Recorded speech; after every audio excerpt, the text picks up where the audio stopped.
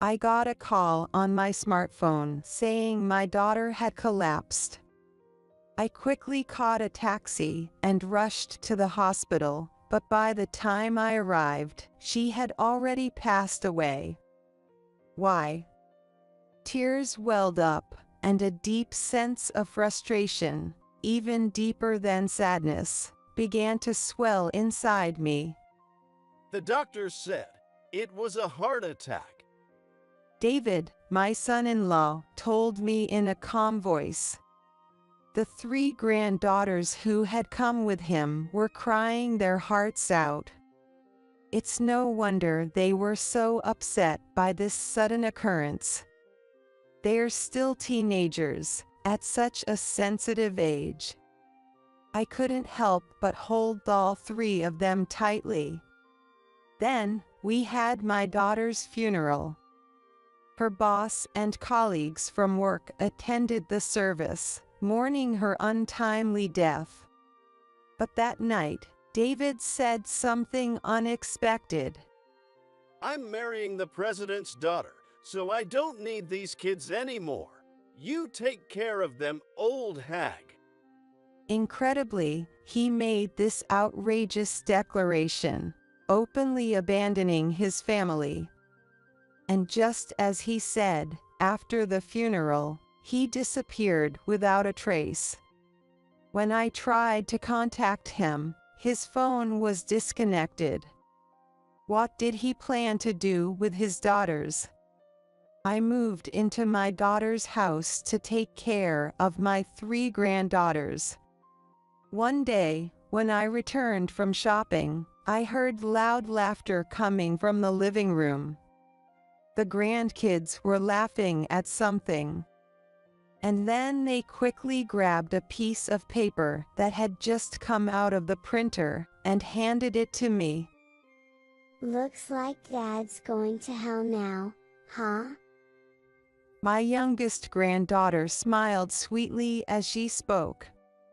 My name is Jade.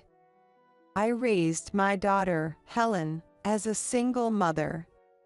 After losing my husband when I was in my 30s, Helen and I lived together. Through her rebellious teenage years, which now seem like a distant memory. Despite the struggles of raising her alone, I tried to give her all the love I could. When Helen got into college, she said something that touched me deeply. Mom, I know you've worked so hard to raise me, and I want to give back and take care of you from now on. I remember feeling a lump in my throat when she said those unexpected words. After graduating from college, Helen got a job at a prestigious company. She was always a strong child, rarely complaining about work. Though sometimes I wished she'd lean on me a little more. Once she started working, she began surprising me with trips for my birthday or Mother's Day every year. Thank you, Helen. I'm so blessed. Me too, Mom. We exchanged shy smiles at the hotel during one of our trips. Eventually, Helen found a partner and told me she wanted to get married. Her fiancé, David, was her colleague at the same company. He had a confident demeanor, wore expensive suits, and exuded a gentlemanly aura that left me impressed.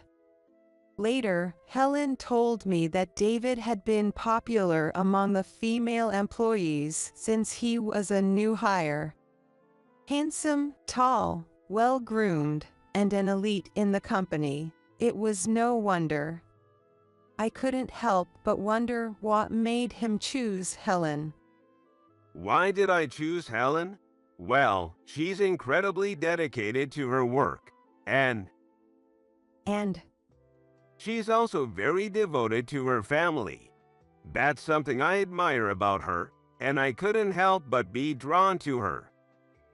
The way they blushed and exchanged glances made me think they were a perfect match.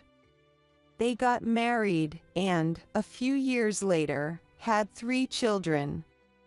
Even after getting married, Helen and David continued to work at the same company, with David now working in the HR department. His popularity never waned, and despite having a wife and kids, female employees continued to approach him.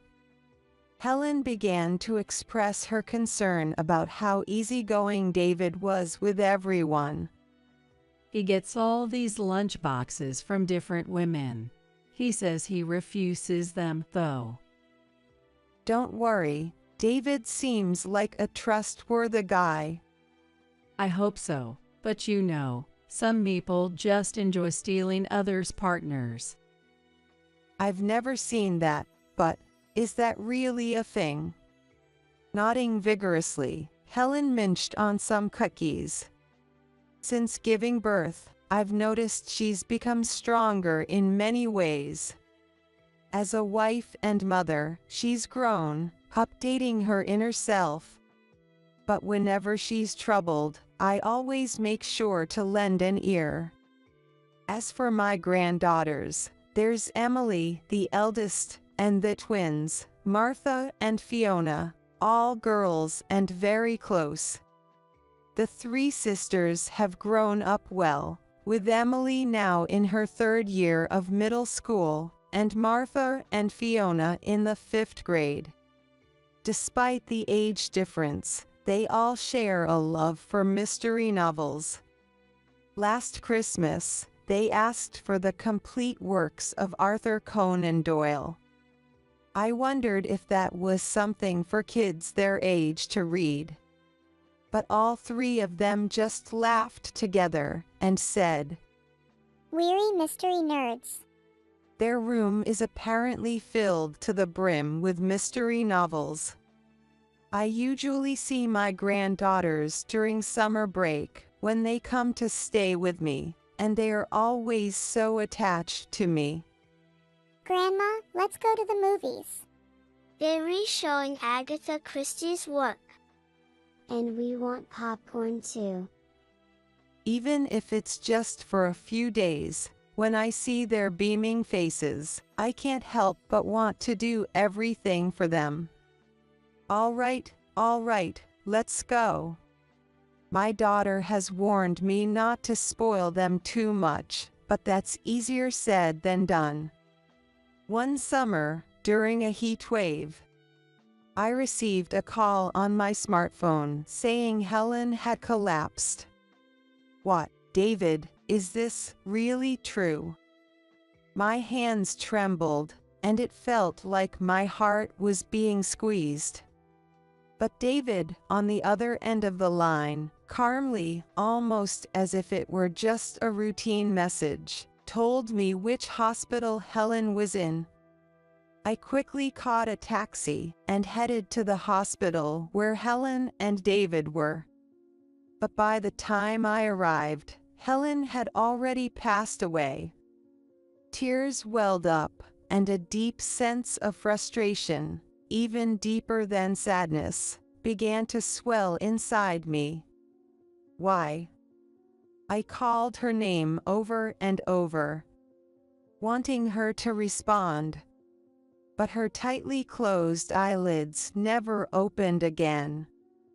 The doctor said it was a heart attack. The granddaughters who had come with him were crying their hearts out. It's no wonder they were so upset by this sudden event. They're still teenagers, at such a sensitive age. Of course, they would feel lost. I couldn't help but hold all 3 of them tightly. It's okay to cry, all of you. Let's say goodbye to your mom properly.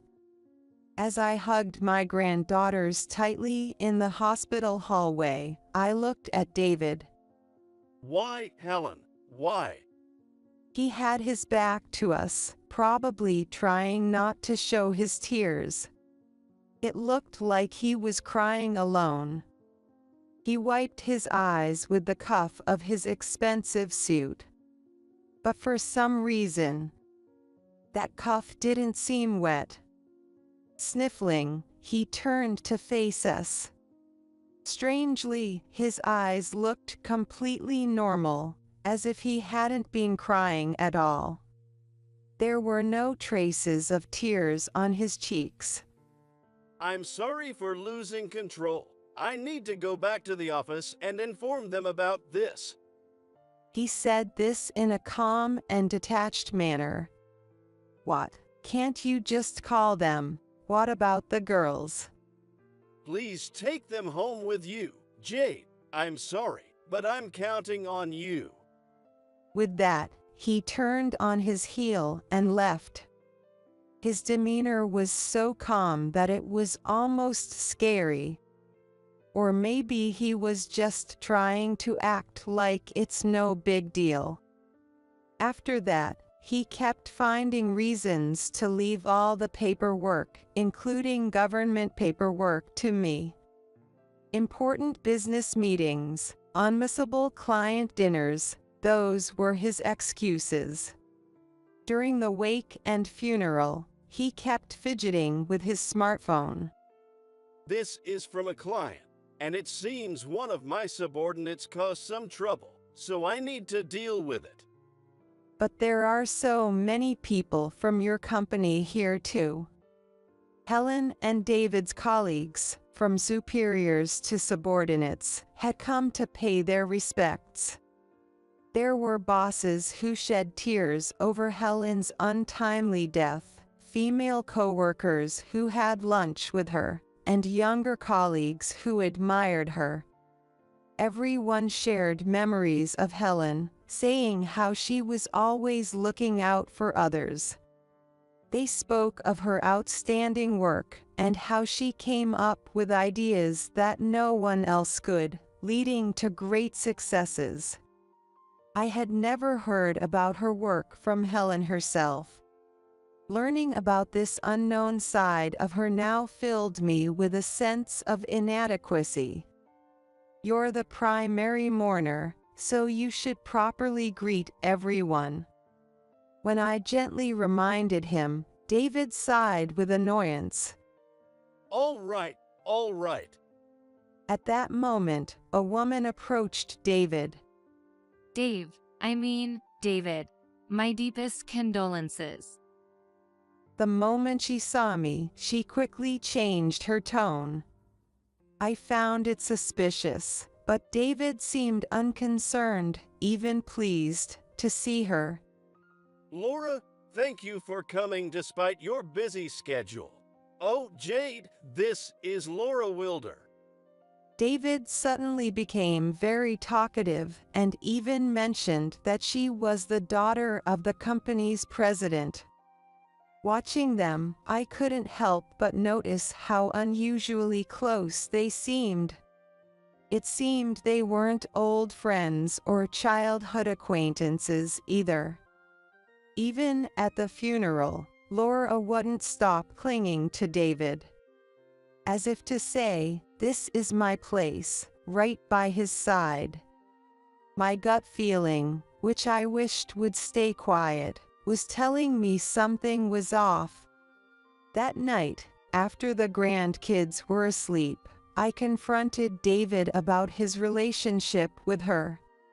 He responded with clear irritation. What? Oh, Laura? Well, yeah, she's my girlfriend. I couldn't believe my ears. Girlfriend. After I got married, I realized something. Helen is plain, boring, and not at all glamorous. I stared at him, shocked by his words. Even though we have money, she just kept saving it all for the kids. He spat out the words, clearly fed up. I got tired of living like we were poor. Saving is necessary. You have 3 kids' education to pay for. Helen told me that too. That's why I kept telling her I wanted a divorce, over and over. Over and over.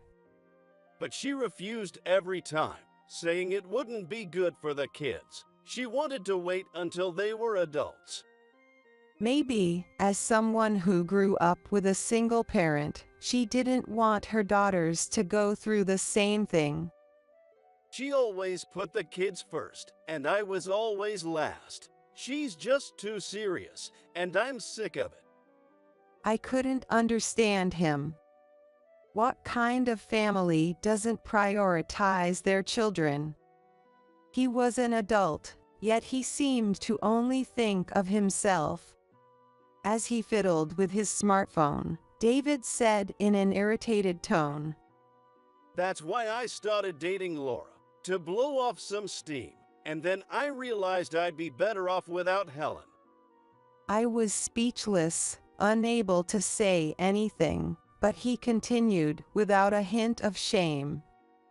Well, it's perfect timing. I'm marrying the president's daughter, so I don't need these kids anymore. You take care of them, old hag. Incredibly, he openly declared his intention to abandon his family. Before I could say anything, he was already gone. Even though he attended the funeral as the primary mourner, as soon as it was over, he left the house, leaving the grandkids in a panic. When I tried to contact him, he wouldn't answer the phone. I also heard from the company that after his bereavement leave, he switched to paid leave and hasn't shown up for work. Helen never mentioned anything to me about wanting a divorce. It was a private matter between them, so maybe it wasn't my place to interfere, but I couldn't help feeling that I might have been able to offer some advice. I can't let myself get sentimental now. I slapped my cheeks with both hands and packed for a few days. I decided to stay with my grandkids for a while. When they saw me, they were relieved and started crying, making quite a commotion. With their father gone too, they must have felt completely lost. It's okay now, I'm here with you. After calming them down with a tight hug, I set about preparing dinner and taking care of the laundry. I glanced at the calendar and noticed a date circled in red with the words "Summer Break Starts" written on it. It seemed to be starting next week. Grandma, this year you came to our house instead. I looked down to see Martha clinging tightly to my waist. Her eyes were red from crying earlier. With her innocent expression, she stared at me for a moment before darting out of the living room. Emily and Fiona didn't say anything, but it was clear they were also trying to cope with the reality of the situation. As I spent time with them, I started sorting through Helen's belongings. Each item I picked up brought back a flood of memories. Why did my daughter, whom I had raised on my own with so much effort, have to leave this world so soon? Life is unfair. As these thoughts ran through my mind, I picked up a diary. Upon closer inspection, I saw it had a combination lock, unlike the other things. Come to think of it, she mentioned something about this a few months ago. Helen had told me, if anything ever happens to me, I want you to look at the diary with the lock. She had even given me the combination, saying it was for my ears only. The combination was the sum of the birthdays of Helen, David, Emily, Martha, Fiona, and myself. The dial had 4 digits, with the left 2 representing the month and the right 2 the day. 2788, it's open. What could be written inside? Could it be a will? Part of me didn't want to look, but my curiosity got the better of me, so I slowly turned the pages.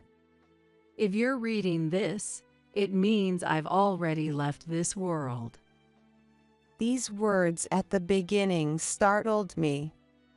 I must be reading too many novels.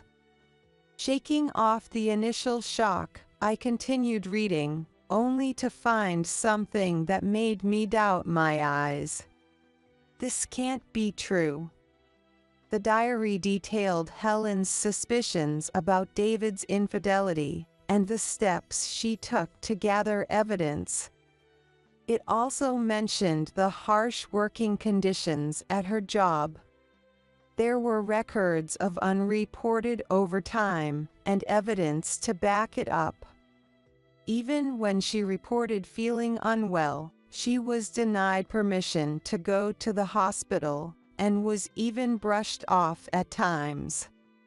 She had hidden recordings of these instances in another place. When I found and listened to the recordings, I decided to listen to it right away.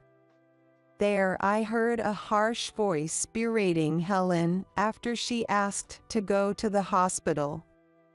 I couldn't understand why she was treated so harshly. It seemed David was the one who had arranged for her transfer to this strict boss. My husband betrayed me and our children. He will pay for this.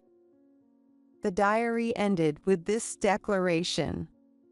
Helen had been preparing to demand compensation from David and his mistress, and to proceed with a divorce. I was astonished at how resourceful my daughter had been.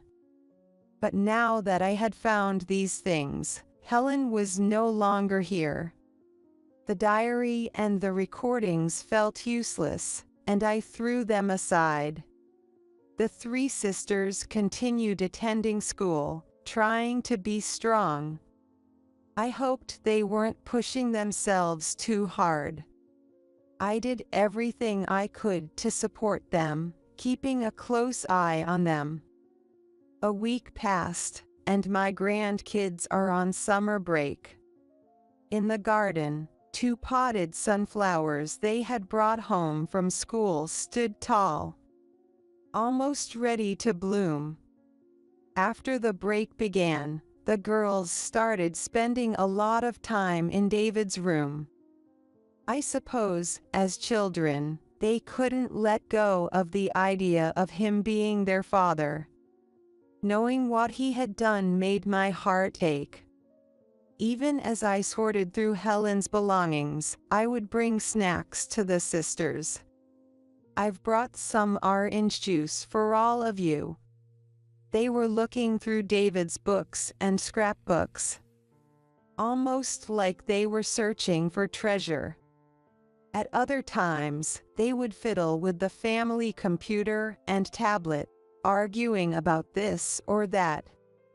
I figured it must be for some summer project, so I didn't pry. Then one day, as I returned from shopping, I heard loud laughter coming from the living room. The grandkids were laughing hysterically at something. Well, what's so funny, girls? You seem to be having a great time. As I approached, Fiona noticed me and gave a big smile. She quickly grabbed a sheet of paper that had just come out of the printer and handed it to me. Now Dad's going to hell, right? Puzzled, I looked at the paper they handed me. Printed on it was the title of an anonymous forum thread, "Gather here if you want your wife to die." What is this? I could tell it was from an anonymous message board, but being unfamiliar with computers, I couldn't understand what it meant. With a questioning look on my face, Emily explained, Grandma, do you see the red username here? It says Dave. Dave. Yes. Comments posted from the internet connection here show up in red. So this one was written by Dad. Sure enough, the comments by Dave were highlighted in red. As I read on, I saw detailed descriptions of how he had driven Helen to her breaking point. I abused my HR authority and transferred my wife to a problematic department. They're always short-staffed, so it serves her right. She's so helpful that she stays late every day to help her team, easily exceeding 80 hours of overtime each month. It won't be long before she collapses from exhaustion. How could he? I was horrified, but the comments continued. I pretend to be concerned about my tired wife, but I make her unhealthy meals loaded with oil and salt. It's hilarious watching Read It every day. She told me her health check results were bad, but I won't let her go to the hospital or get a follow-up. These malicious words were written in red. Other users on the forum responded to David's posts with comments like "You monster" and "Keep it up." How could someone who isn't even the Grim Reaper meticulously plan to drive another person to their breaking point like this? I couldn't hide my shock at how far David had gone, especially given how pleasant he always seemed. His final post read, My wife is finally dead. She was taken to the hospital for a heart attack, and I met my mother-in-law there. I pretended to be sad. Now I'm free from her. How awful. He had reported Helen's death with joy. It was so horrifying that I could barely believe it. In the other comments, people congratulated him, expressed envy, and even praised him. I never imagined such a vile world existed, and the realization made me weak in the knees. David was as cunning and depraved as a snake. How could this be allowed to happen? Anger began to well up inside me. But what surprised me most was that the girls had noticed David's behavior. It's elementary, my dear Watson, Martha said, imitating Sherlock Holmes. Even though they worked at the same company, Mom was always so busy, while Dad seemed so relaxed. It felt off. And Fiona added, Whenever we argued with Dad, he used to say something. What did he say? He said, "Don't rely on your mom, she might not be around much longer." If they argued, it seems David didn't have a great relationship with the girls. They must have been suspicious of their father's actions for a long time. Since then, the three sisters had been keeping a close eye on David. He frequently used the computer, and, even though he had no interest in cooking, would look up recipes and watch cooking videos. They also found search terms like unhealthy meals and sodium content in the tablet's search history. And they knew about the mysterious woman in the photos on his tablet. They'd even seen him slightly smile after Helen's death and during the funeral. But the most damning evidence was the scrapbook he left behind. It was filled with articles about people who collapsed from overwork. Some of them were diagnosed with heart attacks. So, we decided that Dad was probably the culprit. We've been gathering evidence since summer break started. I see, these mystery-loving sisters had sharper observation skills than either David or I had imagined. But how did you manage to find this forum?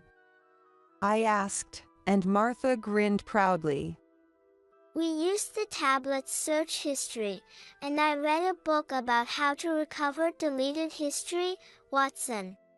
Could a fifth grader really do such a thing? But if they hadn't, we wouldn't have had this printout in our hands.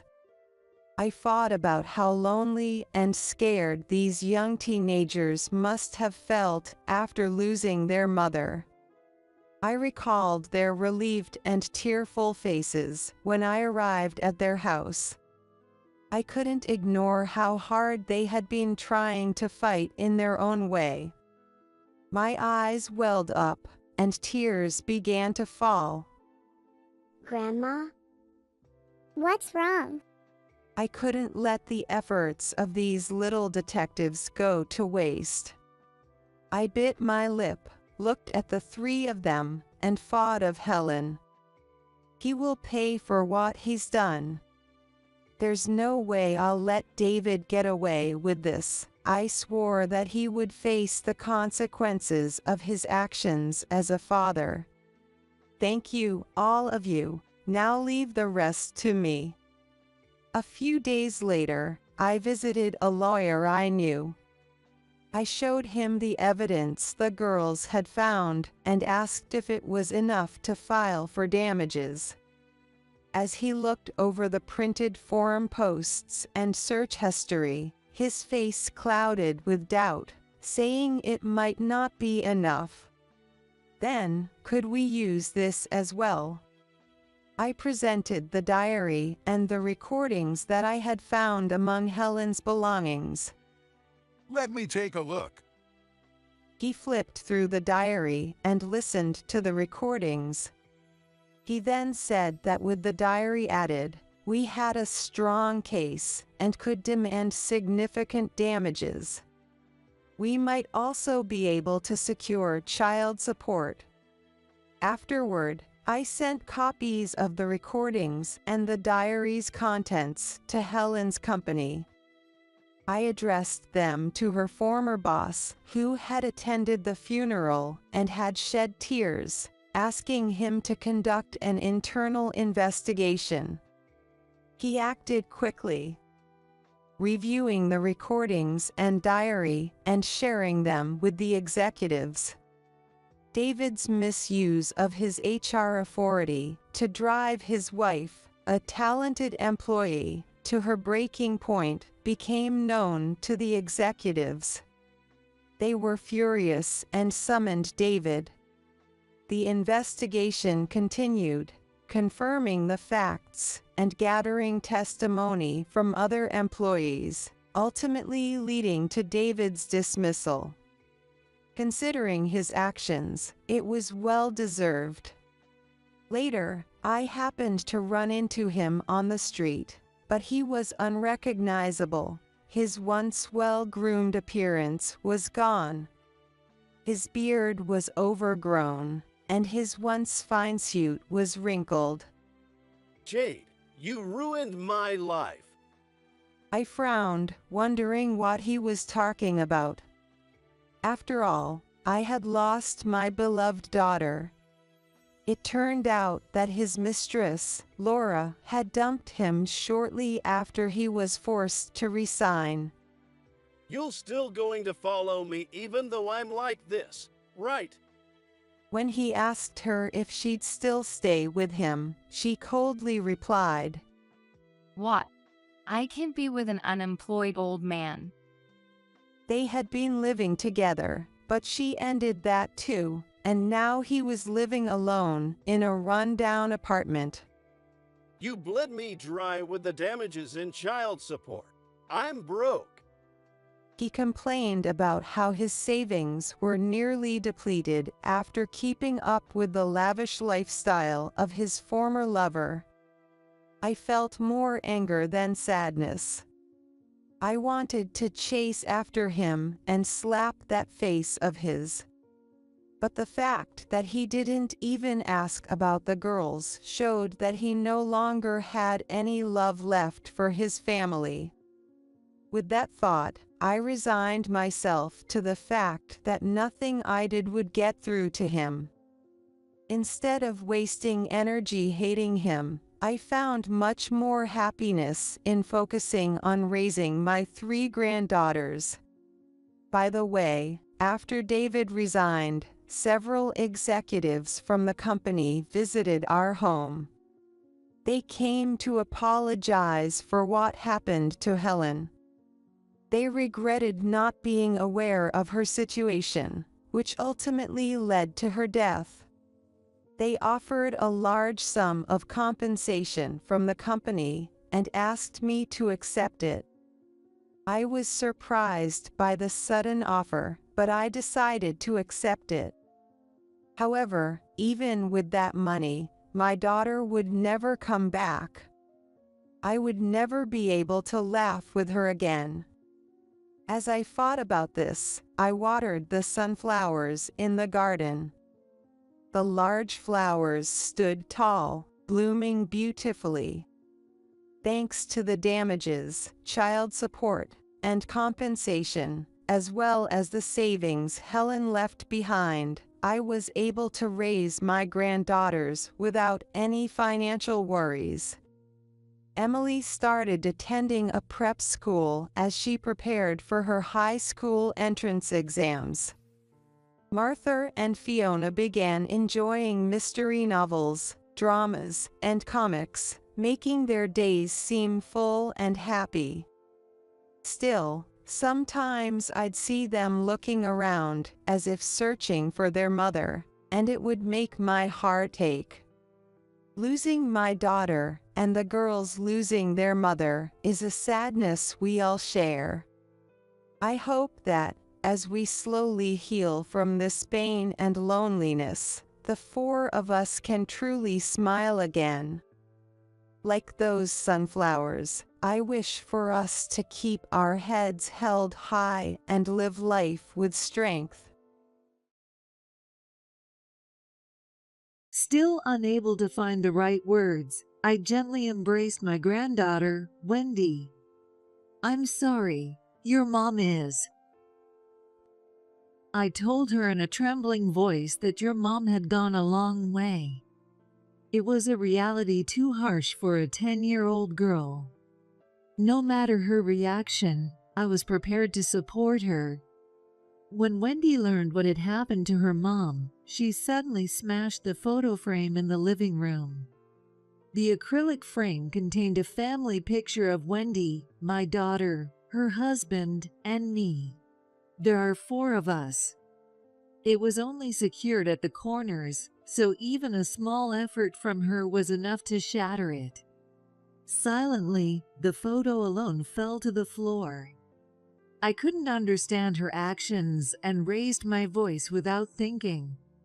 "Stop it. That's a precious memory from our family trip, isn't it?" But, Grandma, Mom told me to look at the back of this. Unperturbed, Wendy picked up the fallen photo. She was an innocent, smiling girl, but sometimes her words seemed surprisingly mature. Perhaps my daughter Emily's spirit appeared here and told Wendy to do this. No, she said if something happened to her, to look at the back of this photo. Wendy handed me the photo with a bright smile. I looked at the picture, not knowing what it was about. "My name is Anne. Until recently, I was the president of a clothing brand. When I thought back to a few months ago during Saturday lunchtime at my usual diner, it was a chilly, rainy day in early spring. I'm thinking of retiring from the president. On my 67th birthday, Emily had strongly opposed it. I had always been there to advise her, and I was proud to be her understanding confidant. And I believed she was mine, so her reaction surprised me. Emily, a new era and trends are created by the new generation. But, Mom, you still. I want to leave my company in your hands. It will get even better that way," I assured her with a confident gaze. I knew she had the knack for spotting trends. All right, Mom, it's your cherished company. I'll make sure it grows even bigger. Her enthusiastic demeanor reminded me of my husband, who had passed away early. When the company was just starting, he was full of determination, I will definitely make you happy. Then, right after Emily was born and I was savoring our happiness, he died in an accident. The loss came so suddenly I couldn't even feel sad, just blamed myself. But then, there was Emily. I had to protect and raise her, which spurred me on. Without Emily, I wouldn't have made it this far. Raising a daughter on my own while managing a business, I lived my life to the fullest. I was relieved I could get her through college. Her once dependable small back was now slightly taller and more reliable than mine. Now Emily is dedicatedly pushing our company forward every day. She still consults me about anything uncertain or troubling her. Today, she called me for lunch to discuss her concerns about our relationship with a rival company. Mom, sorry to keep you waiting. Have you ordered yet? I'm just deciding now. As we both looked over the menu, we finished ordering through the touchscreen installed at the table. Then, Emily's expression sharpened as she switched to her business demeanor. So, you see, Nancy is. Nancy was Emily's classmate and the president of a rival company. They met in college and remained in touch even after graduating and getting married. I had met her several times, a person who appeared serene yet possessed a remarkable sense of creativity. Nancy has also started her own company, and she's a good rival, competing in performance with Emily. Lately, though, there's something off about Nancy. She's suddenly become distant. Don't you know why?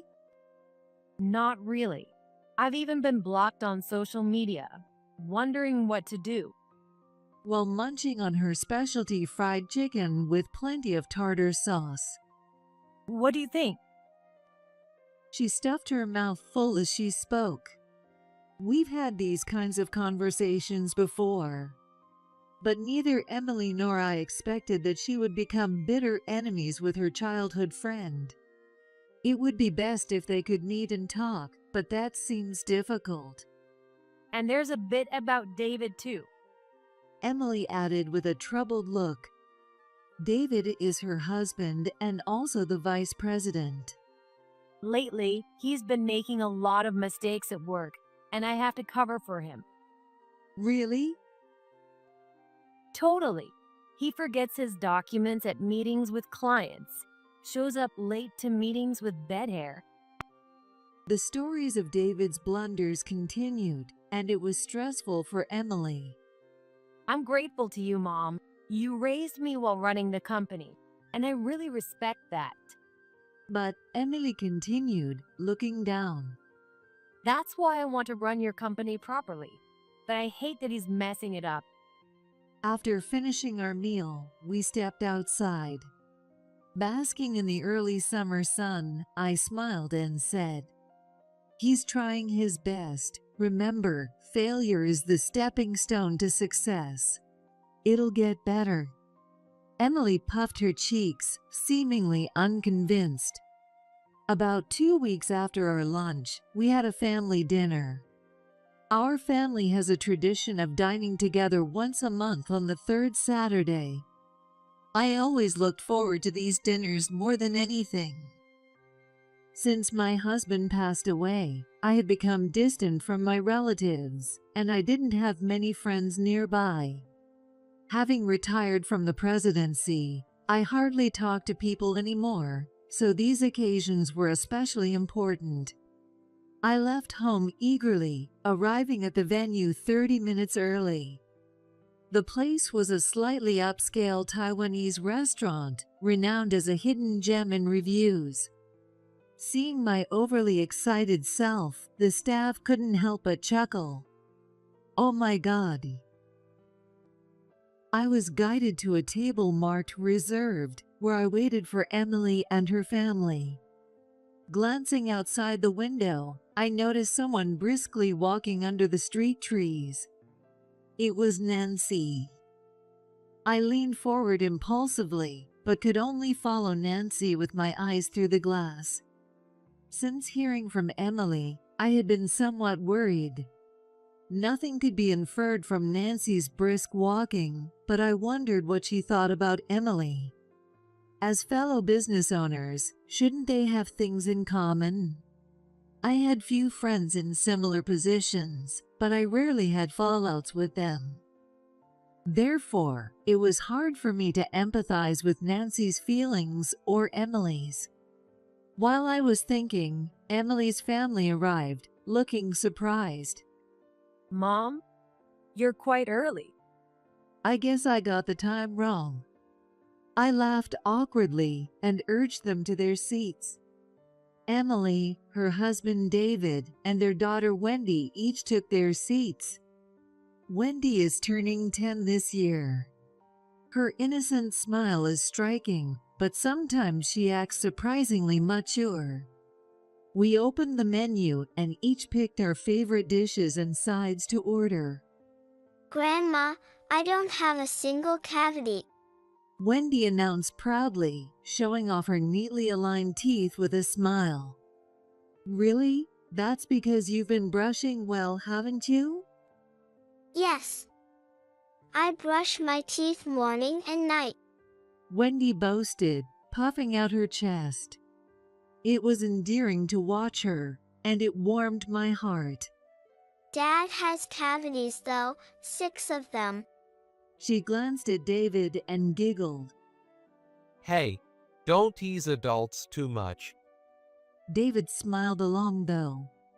I had heard he'd been making some mistakes at work and wondered if he might be feeling down. But he seemed cheerful throughout. And there was no sign of trouble between him and Emily. They were chatting happily. Dad, you should brush properly too. I do. I even use an electric toothbrush. Their light-hearted banter brought smiles to all three, making it a joyful family moment. Maybe Emily's concerns weren't as serious as I thought. Soon after, our food arrived. The table was set with dishes for 4, along with various other dishes. Eat up, everyone. Mom, we can't possibly eat all this. It's fine. Right, Wendy, you're not picky. I don't like bell peppers. Does this have bell peppers in it? Wendy peered suspiciously as David laughed. If there are, I'll eat them. But you don't like bell peppers either. I know. Called out by his daughter, David and Emily both burst into laughter, revealing a side of him I hadn't seen. No, that's not true. David chuckled sheepishly and began eating his noodle. Amid the cheerful atmosphere, I glanced around the restaurant. Perhaps because it was lunchtime, the place was bustling with customers. Staff were busy setting tables and guiding diners. In the kitchen, pans were sizzling as dish after dish was prepared. A hefty chef who seemed to be in charge shouted, "Table 7, Xiao Long Bao." A waitress swiftly carried the dish out, eager to serve it hot. It's a nice place. The food is delicious. I sipped some dim sum soup and commented. Yes, and the atmosphere is great. But still, I think my wife's cooking is the best. Stop it. What are you saying? Emily laughed, a bit embarrassed but clearly pleased. It was a heartwarming moment until Wendy spoke up. Liar. What? In an instant, the adults froze. The bustle of the restaurant seemed to fade away, and an eerie silence fell over us. The 3 adults stared at Wendy. Wendy, what did you just say? While forcing a smile, I asked Wendy. I said Dad was a liar because Dad always leaves Mom's cooking. No, that's not it. It's because I snacked too much before dinner. Wendy looked at me skeptically as I awkwardly tried to explain. But her expression quickly changed back to one of innocence, and she burst into laughter. Really? Dad, that's not good. That's right. Wendy's been patient. From now on, no snacks for Dad. Oh, come on. That's not fair. Laughter filled the air, and the three of us were smiling again. Before we knew it, the sounds around us became audible again, and the lively atmosphere seemed to return. After dessert, which was almond jelly, we ended our meal without incident. As we were leaving, I lingered a bit to say goodbye to Emily's family. Grandma, thanks for the dinner today. Bye-bye. See you, Wendy. She waved her little hand vigorously and ran off in the opposite direction I was going. What was with Wendy I saw today? Both Emily and David just laughed it off, saying, "She's always like that," which also worried me. Mom, see you next month. We'll treat you next time. With those words, the two disappeared into the crowd with Wendy. It was a fun and enjoyable meal as usual, and I felt the usual pang of sadness at parting. But something nagging at me felt like a splinter had formed. Although Emily and I said, "See you next month," it was unexpectedly betrayed. Just a few days after our meal, Emily was in a car accident. I rushed to the hospital, but it was too late. She was only 38. I can't believe it. Why? Emily lay on the hospital bed, her eyes firmly closed. David had come out to the hallway soon after arriving, and I could hear his sobs, which were not my imagination. Both David and I were engulfed in grief and could not speak for a while. David, who regained his composure first, came up to me with a tear-streaked face. I'm sorry. I have a meeting soon. Could you pick up Wendy for me? Oh, you have a meeting. And I think I'll be busy and away from home for a while, so I'd like you to take care of Wendy. I simply replied, "Okay," and watched David leave. The suddenness of it all left me in a daze. Unlike David, I wasn't strong enough to act immediately after losing a loved one. The days I spent with my daughter flashed through my mind in an instant, almost missing Wendy in them. Wendy should be getting out of school about now, and she doesn't know about this yet. How should I tell her about her mom's death? I headed to Emily's house. Using the spare key from the mailbox to enter, I started preparing to take care of Wendy. Soon after, Wendy came home. Grandma. She must have sensed something from seeing me. Dropping her pastel-colored backpack in the living room, she came closer. The innocent smile that was so characteristic was gone, and she looked at me curiously. Still unable to find the right words, I gently embraced Wendy. "Wendy, I'm sorry. Your mom, well." I told her in a trembling voice that your mom had gone a long way. It was a reality too harsh for a 10-year-old girl. No matter her reaction, I was ready to support her. However, Wendy slipped out of my arms and picked up a photo frame displayed in the living room. The acrylic frame contained a family picture of Wendy, my daughter, her husband, and me. There are 4 of us. Wendy? Just as I thought she was staring intently, suddenly Wendy broke the frame. The frame, held together only at the corners, easily came apart with a little force from her young hands. Just like that, the photo fell to the floor. Unable to understand her actions, I inadvertently raised my voice. Stop it. That's a precious memory of our family trip, isn't it?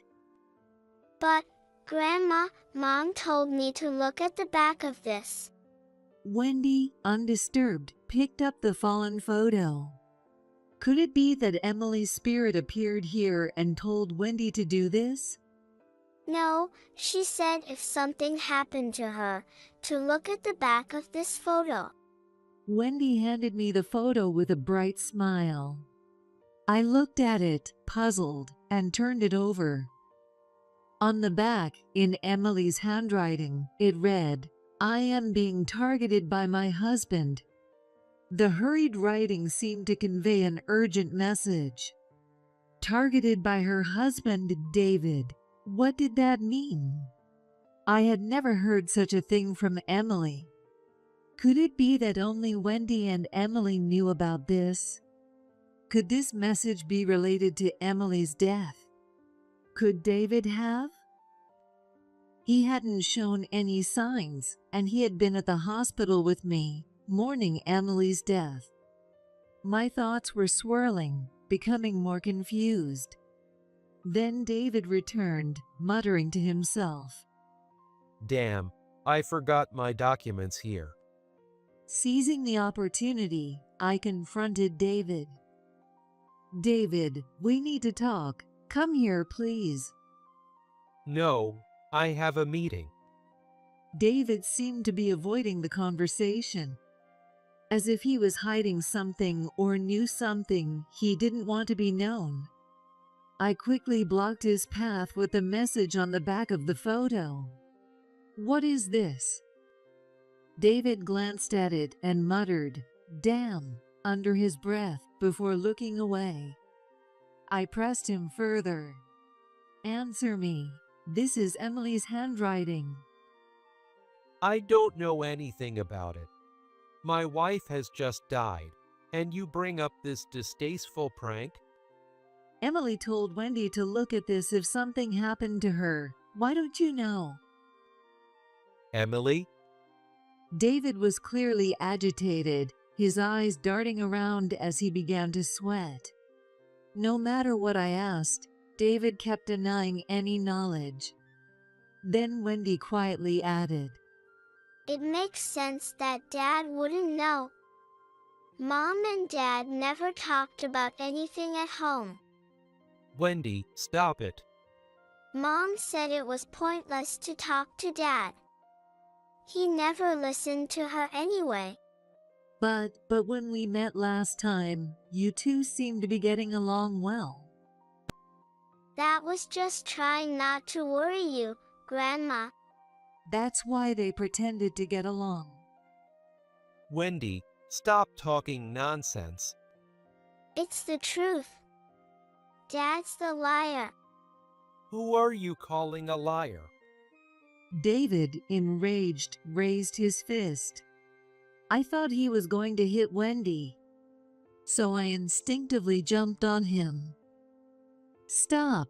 Don't you dare touch Wendy! Let go. He swung his raised fist down on my back. Ouch! Grandma. I fell to the floor with a dull thud.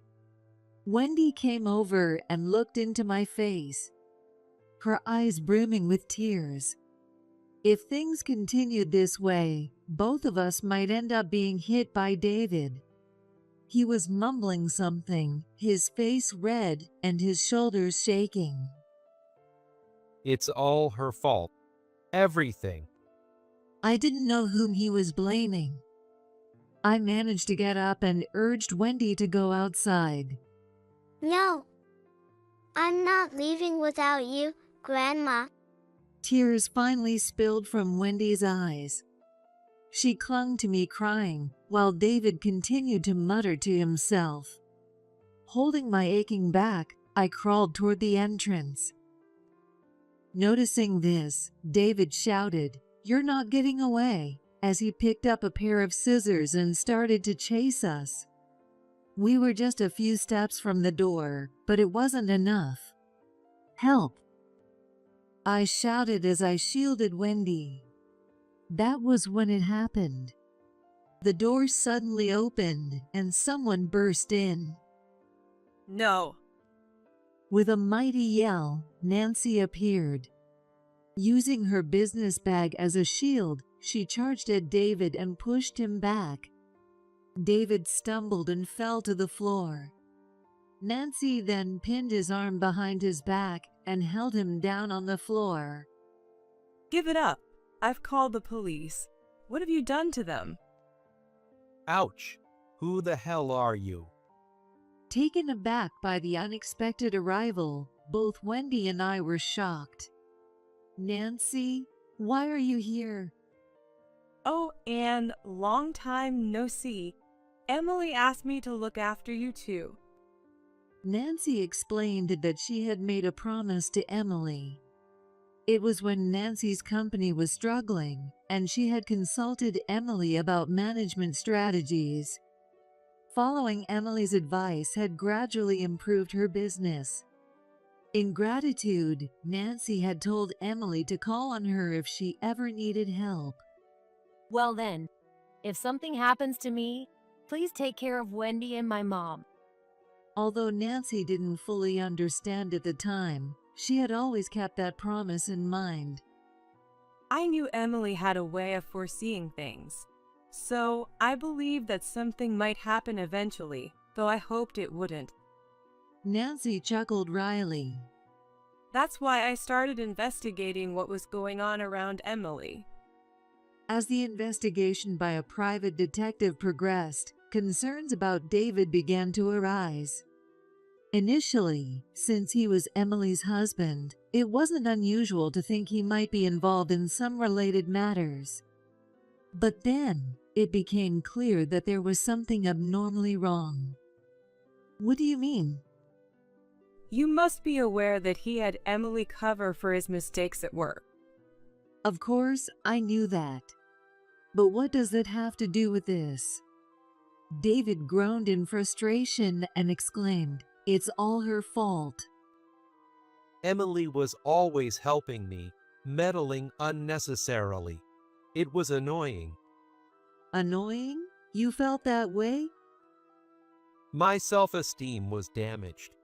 I am the vice president, after all. Unbelievably, David harbored resentment towards Emily. And from that resentment, he had been planning to take over the company. Exposed, David started ranting nonsensically. Nancy firmly restrained him. David continued to rave. Today's car accident was a coincidence. I thought it was lucky. I saw it as a chance to take over the company. How can that be? You were crying in the hospital. I clearly heard David sobbing. Was that also his act? Acting? No, those were tears of joy. Far from mourning Emily's death, he was internally delighted at the opportunity to take over the company and cried tears for that reason. David's nature was utterly twisted. I was too shocked to speak, but Wendy clearly stated, "He's the worst. He's not my dad." Just then, the sound of a police car arriving could be heard. Through the open front door, a robust police officer entered, followed by a slender middle-aged officer for support. David was subdued by the robust officer and dragged away. Beside that, we explained the situation to the middle-aged officer. By the way, Nancy, that was quite the charge. Well, I did karate as a kid. Shortly after, the police officer cautioned her, "Please avoid dangerous actions." Wendy and I ended up living together. Emily's funeral received condolence messages from business associates and her friends, and Nancy also attended the ceremony. I truly felt it was good that we could send off my daughter together.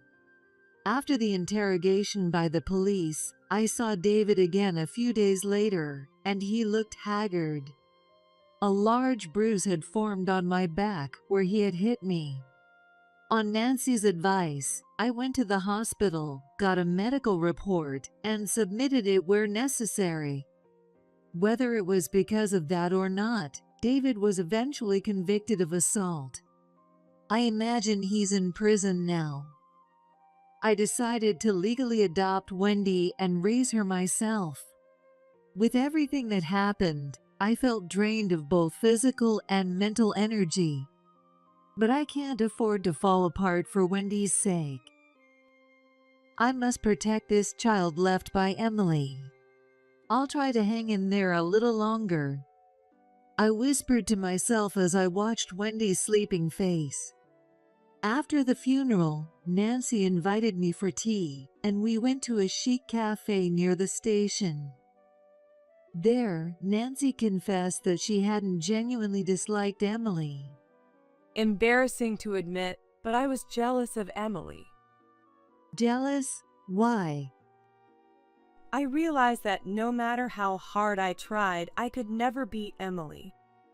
Nancy confessed after discussing business strategies, which confirmed her feelings. I was jealous and frustrated, and I ended up blocking her on social media to distance myself. She continued, taking a sip of her latte before adding, But really, deep down I respected Emily. Nancy said this with a hint of sadness. Perhaps somewhere in her heart, she regretted blocking Emily on social media. If I had known it would come to this, I honestly wish I had reconciled with her. For Nancy, Emily was a rival, but also someone worthy of respect. Nancy, thank you for being a friend to Emily, I said, to which Nancy smiled shyly. Then, the conversation shifted to what would happen with my company. With both the president and the vice president gone, rebuilding the company would be difficult. I was temporarily managing some parts, but I couldn't continue for long. I was considering transferring ownership and letting go of the company. Please let me do it. Nancy suddenly offered it, and I almost spit out my coffee in surprise. I hadn't expected Nancy to say that. But it's going to be tough. I fully understand the difficulties, but I want to protect the company that Emily and you cherished. Please let me. Nancy earnestly begged for it. I hesitated, but was moved by her enthusiasm and felt that I could entrust her with it. All right, I'll proceed with that in the board meeting. Thank you so much. This marked the beginning of Nancy and I growing closer. In the months that followed, we often dined together, and I came to think of her like a daughter. Meanwhile, Wendy, though separated from her parents, didn't seem much bothered about her father. She had somewhat come to terms with her mother's death over these months. Honestly, I still couldn't believe Emily was gone, but I decided to live looking forward. Lately, Nancy also comes to visit, paying respects to Emily's portrait. Wendy and she have grown closer, and their outings together have increased. Today, we enjoyed a girls' day out at the diner where Emily and I used to have lunch. Nancy, guess what? I don't have a single cavity. Wendy proudly boasted. I couldn't help but hope for such peaceful days to continue. I'm leaving this houses today. Leaving your kids behind like that, you're the worst wife ever. My mother-in-law, Susan, scolded me right up until the moment I said my farewell. Off. Seeing the kids burst out laughing, Susan probably thought they were on her side.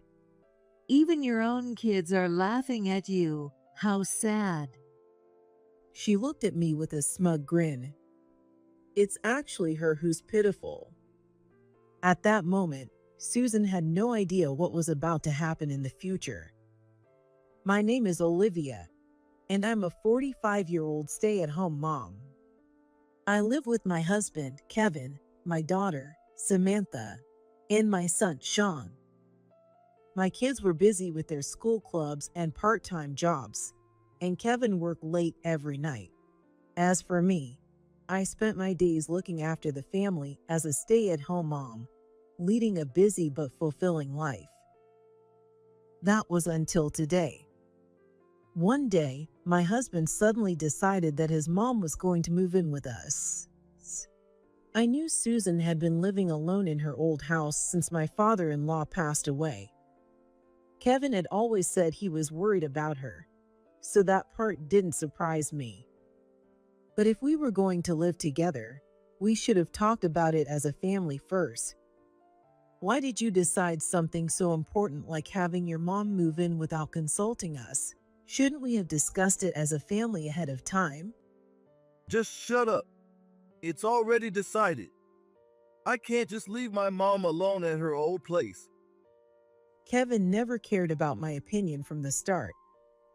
He and his mom had already made her arrangements, and her house was sold without me having any say in it. They decided the moving date between the two of them, leaving me no room to intervene. And that was the start of my nightmare living with Susan. Hey, Olivia, are you even cleaning every day? The place is pretty dusty, you know. I'm sorry, I couldn't keep up this week. I've been really busy and couldn't get to every corner. Excuses, really? You're a stay-at-home mom. There's no excuse for slacking off on housework. Susan would catch even the slightest lapse in my housework and nag at me endlessly. I could never relax in my own home. Must be nice being a stay-at-home mom, huh? You get to lounge around all day. You better be grateful to Kevin for bringing in the money. Lounge around? Not at all. Ever since she moved in, I've barely had a moment's rest. I've been running around like crazy. The one lounging around is her. I know she never liked me from the start. Still, now that we were living together, wouldn't it be possible for her to compromise a little, even if she didn't like some things? I was at my wit's end with Susan's constant jabs, so I decided to talk to Kevin. Kevin, I need you to say something to Susan. She's been saying all sorts of things to me every day, and it's really taking a toll on me. There's no way Mom could be wrong about anything. You've probably just been slacking off anyway, right? You should be grateful that she's training you to be a proper housewife. Kevin always had a bit of a mama's boy streak, but it got even worse once we started living with his mom. To him, whatever his mom said was always right. It was useless to talk to him about it.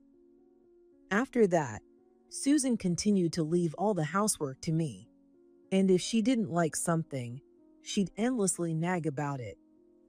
If I tried to argue even a little, she'd make up stories and tell Kevin. During the day, I had to deal with her snide remarks, and at night, I got complaints from Kevin, who took her words at face value. I was completely exhausted. Still, I endured it because I was a stay-at-home mom. Before I got pregnant, I had worked full-time. But when I found out I was pregnant, I didn't feel confident I could balance work and childcare, so I quit my jobs. Since then, we've been living on Kevin's income alone, so I felt I had to endure everything, no matter how hard it got, for financial reasons. However, as the stress piled up day after day, I started to worry that I'd lose my sanity if this continued. If that's the case, maybe it would be better to just get my job. With that thought in mind, I began looking for work. I made sure to complete the housework perfectly so Susan wouldn't have anything to complain about. And in my free time, I started job hunting. It must have bothered her that she couldn't criticize my housework anymore. Now, she began to pick on me about my job search. Oh my, out again today? What kind of housewife leaves the houses all the time, putting on makeup like that? Are you out looking for men or something? That's just nonsense. I'm looking for a job so I can save money for the kids' future. So please stop making weird accusations. Oh really? A real housewife would manage her husband's income wisely and save money that way. Honestly, Olivia, you're just a useless wife who can't handle finances properly. She made it seem in front of my kids as if I were some kind of promiscuous mother. I've managed to deal with everything Susan threw at me, but even I had my limits. That night, I suggested we have a conversation with the three of us, me, Kevin, and Susan. During that conversation, I told Kevin that I had started looking for my job. I also expressed how hurtful it was that every time I went out, Susan accused me of looking for men.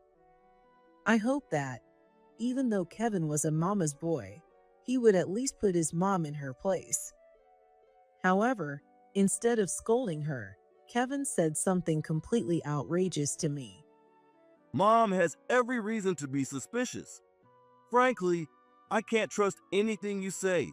If you really do start working, you're going to give 70% of your salary to Mom. What? 70%? I couldn't believe my ears. Kevin didn't trust me at all. On top of that, demanding that I give 70% of my paycheck to his mom was absurd. When I tried to argue, Susan jumped in immediately. You can do that, can't you? You need to prove to the kids that you're not out looking for men. She said this with a smirk, looking straight at me. At that moment, I was absolutely furious with her, but I somehow managed to control myself and think rationally. If I argued now, Kevin wouldn't listen to me anyway. Even if most of my paycheck would be taken by Susan, it was still better to work outside than to stay home with her all day. The conversation between the three of us ended with me just listening to what Kevin and Susan had to say. I didn't even care anymore. Being with Susan was unbearable for me. A few days later, I started working part-time at a construction company. I couldn't work long hours since I had to make sure the housework was done perfectly, or else I'd never hear the end of it from Susan. Fortunately, there was a vacancy for an office position at a construction company relatively close to home, and I got the job. Working again after so long was tough, but it was also very rewarding. I felt a fulfillment I hadn't experienced as a stay-at-home mom, and I enjoyed every day. Of course, Susan wasn't happy to see me so full of life now that I was working. Her bullying got even worse when I was at home. Have you been slacking off on cooking lately? Do you really think that's acceptable for a housewife? I'm sorry, I haven't had much time. I'm doing my best to make proper meals, though. You went out and got a job on your own, so stop complaining. Also, from now on, make a separate dinner for me. I want something lighter. Understood. Her demands kept increasing, and I had no time to rest while I was at home. I'd come back from work and immediately be swamped with housework. No matter how hard I tried, her attacks on me never stopped. On top of that, most of my paycheck went to her. I finally got a job, but I may not be able to keep it up anymore. I felt I had reached my limit. I was physically and mentally exhausted. And then, I found out Kevin was having an affair. It was the final blow to me, who was already worn out in every way. The other woman was a new employee at Kevin's company. When his affair was exposed, Kevin said something unbelievable without a hint of remorse. Of course, a young and pretty girl is better than a worn-out old lady like you. You're useless now. Instead of his apologizing, He insulted me. I couldn't take it anymore, and I screamed at him. "That's it. I'm divorcing you, and you better pay me alimony." I'll pay you the damn alimony. Take the money and get out now. I felt tears welling up at his cruel words, but I managed to hold them back just in time. Our kids were watching our ugly fight. I swallowed my tears and looked at them. They looked back at me with thoughtful eyes, as if they were trying to process everything.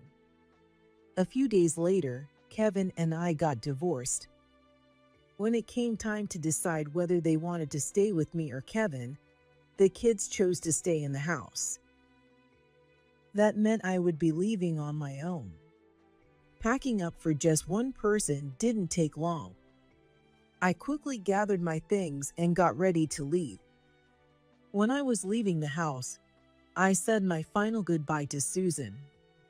Thinking that I'd never have to see her again, I found myself surprisingly calm as I faced her. "Well then, thank you for everything.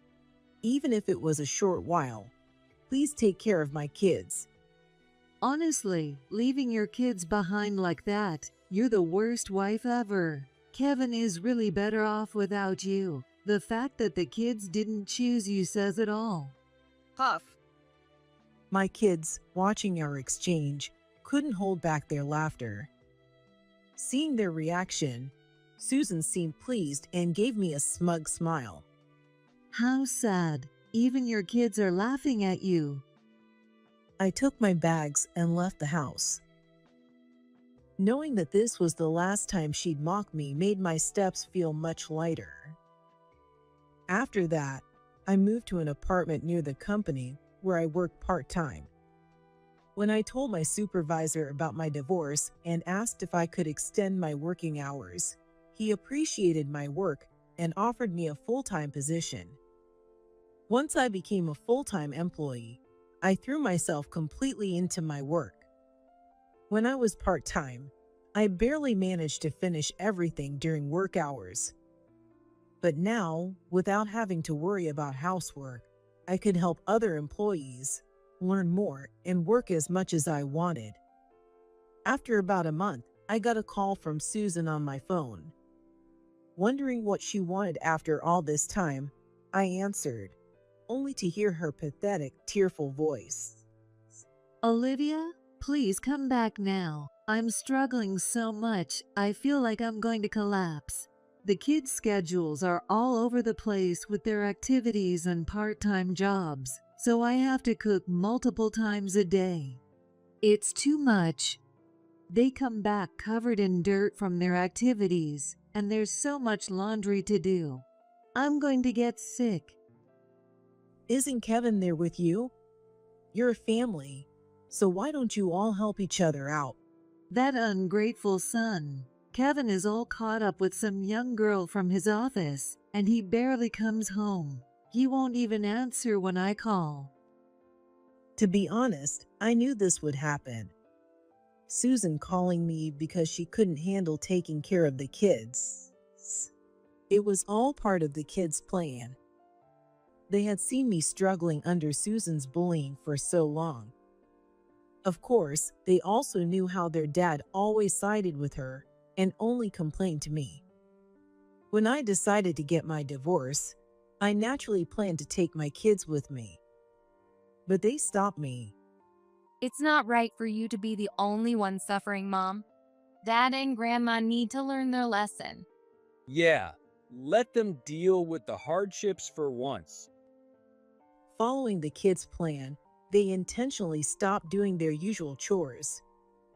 Normally, they were very helpful around the house, but to teach their dad and grandmother a lesson, they deliberately did nothing. Just as the kids expected, Susan gave up and reached out to me for help. According to them, things between her and Kevin were at their worst, and there were constant fights at home. As a result, Kevin no longer felt comfortable there and had almost stopped coming home. I almost burst out laughing while I was still on the phone with her. Everything had gone so perfectly according to plan. Serves her right. Olivia, are you listening? So, when are you coming back? I had been silent, lost in thoughts about the kid's plan, and she must have gotten anxious. She kept calling my name over and over.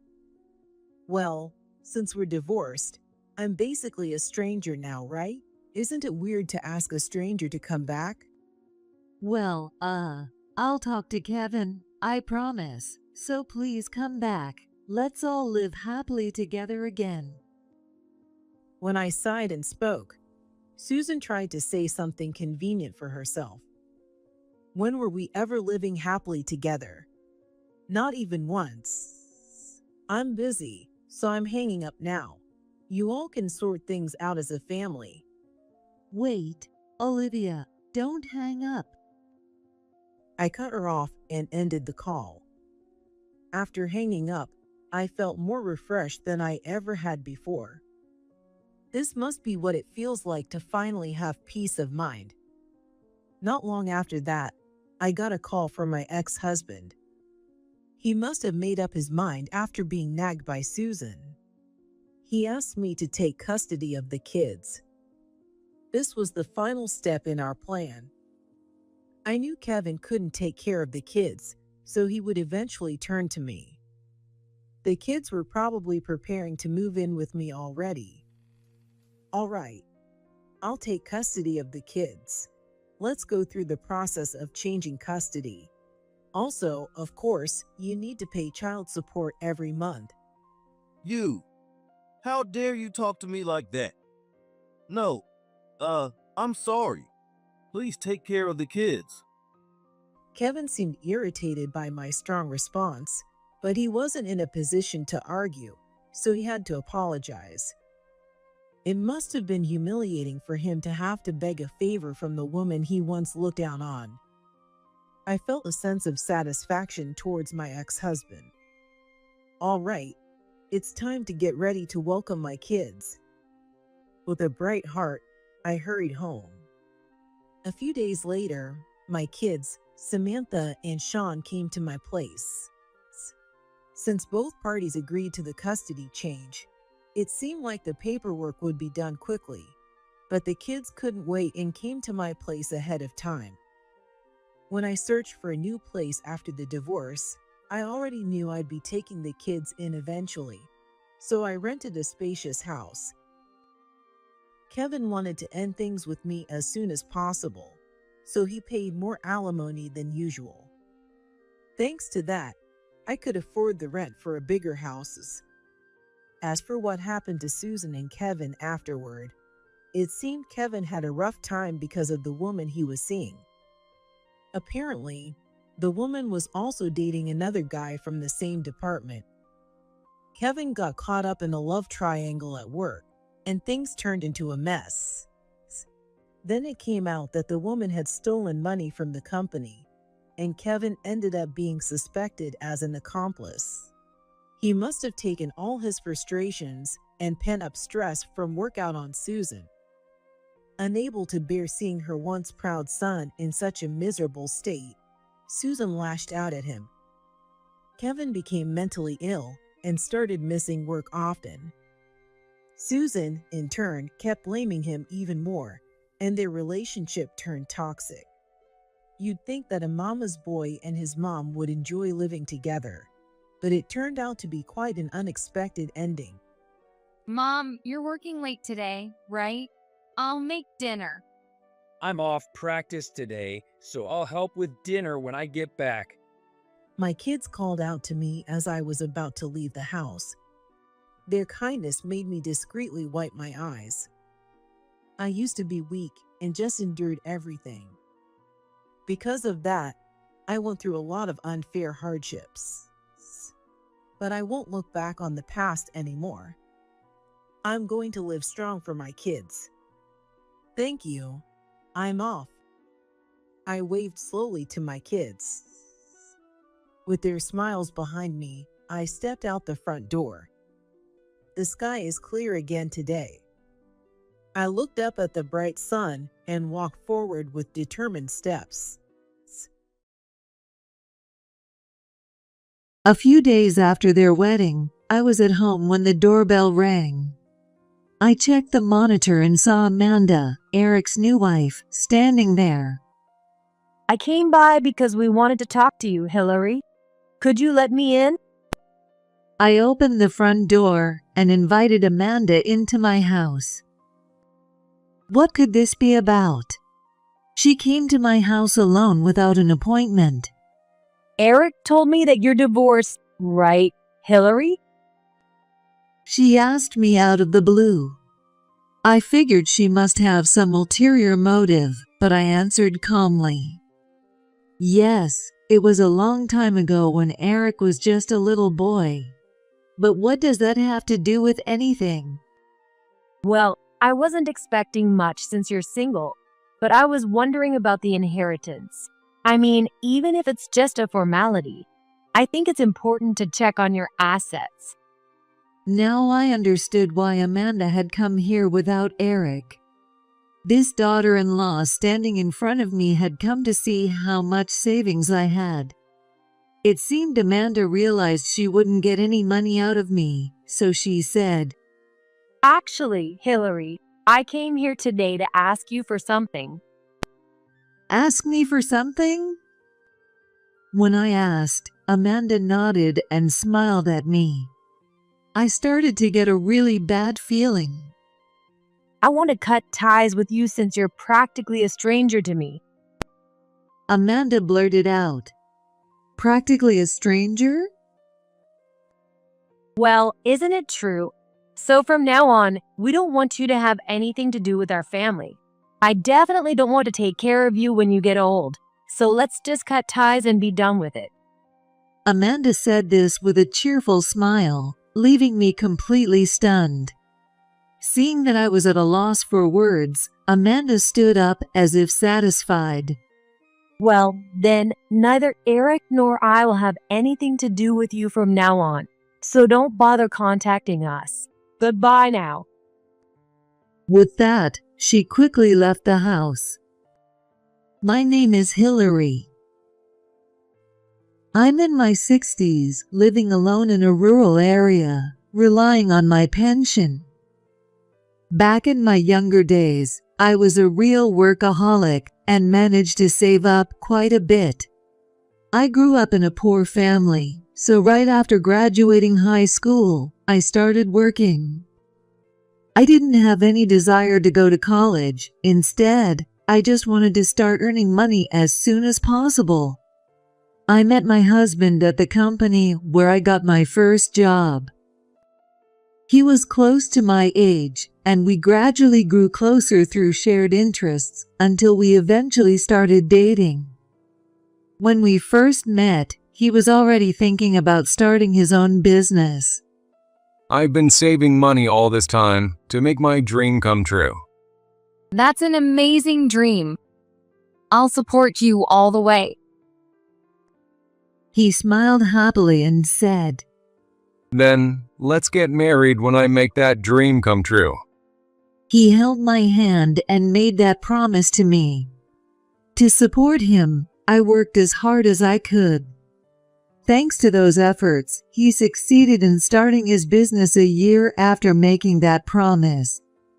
And we really did get married. Before long, our son Eric was born, making us a family of 3. Though life wasn't particularly stable, we were happy in our own modest way. But that happiness didn't last long. I found out that my husband, whom I had trusted, was cheating on me.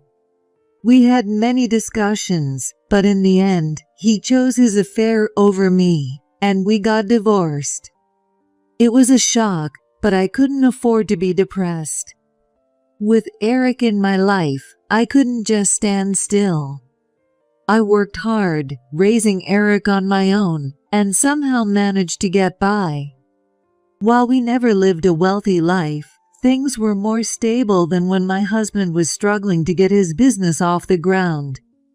I was also able to save money more easily. Eventually, Eric grew up, studied diligently, and got into college. I paid for all of Eric's college expenses. I wanted him to enjoy his college life without any worries. The money I had saved up over the years for his future really paid off. As a parent, it's the greatest joy. Thanks, Mom. I'll work hard so I can repay you someday. Eric said that to me, his eyes welling up with tears. There's no need for him to repay me. As long as he lives a happy life, that's all I need to be happy. Eric graduated from college without any issues and landed a job at a well-known company in New York. After Eric became independent and moved to the city, I decided to sell my house and move into a one-bedroom apartment. Even though the house Eric grew up in was no longer ours, it was actually his idea for me to move. I think it's time for you to start living your own life, Mom. Living my own life? Yes. Now that I'm moving to the city and living on my own, I think you should do what makes you happy. For example, selling this big house and moving to a smaller place. He had a point. I had originally gotten the house after my divorce from my ex-husband. Back then, we didn't have much money, but we were able to buy this house at a very low price. It was an old house, and I had started to feel that it wasn't really suitable for living in anymore. Eric's suggestion opened my eyes. Moving? I never thought about that. There are apartments made just for single people nowadays. I think you'd be more comfortable living in one of those. The more Eric talked, the more convinced I became. And so, I decided to move into an apartment. Since I had reached the age where I could collect my pension, I shifted to working part-time while receiving my benefits. I never imagined that at this age, I'd be living in such a different way. I was actually pretty excited about this new chapter in my life. Living alone in the apartment turned out to be quite fulfilling. However, spending more time at home made me feel a bit restless, to be honest. As a workaholic and someone who's always been thrifty, I wasn't used to having so much free time. One day, during this new routine, Eric came to visit my apartment. Hey, Mom. It's been a while. It had been some time since I last saw Eric, and though he looked a little more mature, that kind smile of his hadn't changed. Seeing him, I felt a sense of relief. It seemed like he was doing well since moving to the city. It's been a while, but what brings you here all of a sudden? Well, there's something I wanted to talk to you about. Eric said, looking a bit embarrassed. Well, come on in. I invited him inside, still curious about what he wanted to say. Actually, I'm thinking about getting married. Getting married? Eric's unexpected words made me ask again without thinking. It wasn't surprising that I was shocked, since Eric had never mentioned anything about his relationship before. What's she like? She's my colleague, a senior at my company. Her name is Amanda. So she's older than you. When I responded, Eric blushed a little, clearly embarrassed. Eric had always had a thing for older girls, even when he was young. It seems that hasn't changed now that he's an adult. I just proposed to her the other day, and she said yes. So now we're planning to get married and have our wedding. Really? That's wonderful. Congratulations. I had been so surprised that I forgot to congratulate him, but I quickly corrected that. Hearing my words, Eric looked genuinely happy. As I continued to listen, it became clear that Amanda, Eric's fiancée, had a bit of a strong personality. Given Eric's naturally quiet nature, it seemed she often took the lead in their relationship. But no matter who she was, as long as Eric had chosen her, I was ready to welcome her into my family. I couldn't bring her with me today, but Amanda said she'd like to meet you, so I'll bring her over next time. All right, I'm looking forward to it, but Eric? Yes. What is it? I gently reminded Eric. Next time, make sure to call ahead before you come. I'm not always home, you know. Eric's expression made it clear he had completely forgotten about that. I'm sure he was so eager to tell me in person that he just showed up. Even though a phone call would have sufficed, he made the effort to come in person. I was deeply grateful for how much Eric cared about me. The next time Eric contacted me was a week later. On the day he was supposed to bring Amanda, I woke up early, feeling a bit nervous as I waited for him to arrive. I couldn't help but wonder how strong Amanda's personality really was. Since I only had Eric's perspective, it was hard for me to judge. To be honest, I was a little anxious. As I was thinking about this, the doorbell rang. I checked the monitor and saw Eric, so I headed to the door. Welcome. I greeted them warmly, and there stood Eric and a woman. Mom, this is Amanda, the woman I've been seeing. Amanda, this is my mom. Eric introduced us, and I smiled at Amanda, who was standing before me. Nice to meet you, Amanda. Thank you for coming all this way. I greeted her, but Amanda didn't smile. Instead, she stared at me intently. It felt like I was being scrutinized. It wasn't the kind of behavior you'd expect from someone coming to meet their future-in-law for the first time. Amanda was openly staring at me without any hesitation. At this point, I had nothing but a bad feeling. After a while, Amanda, seeming satisfied, lazily returned my greeting. Hi, I'm Amanda. I felt a little guilty, but while Amanda was observing me, I was also taking the opportunity to observe her. She had a somewhat sharp look, her makeup was heavy, almost reminiscent of a young party girl, and her outfit was flashy. It was obvious that the bag she was carrying was a brand name. Of course, I couldn't judge her personality based on appearances alone, but I couldn't help but glance at her now and then. I invited them into the living room, and we sat down to talk. The first topic that came up was their wedding. As soon as the subject was brought up, Amanda's eyes lit up, and she leaned forward. The wedding has been my dream since I was little. Oh, really? That's why I refuse to compromise on anything. I plan to get everything I want, so please be prepared for that, Hillary. Amanda said this directly to me. Okay, do your best. I responded, though I was a bit taken aback. Why was Amanda saying this to me?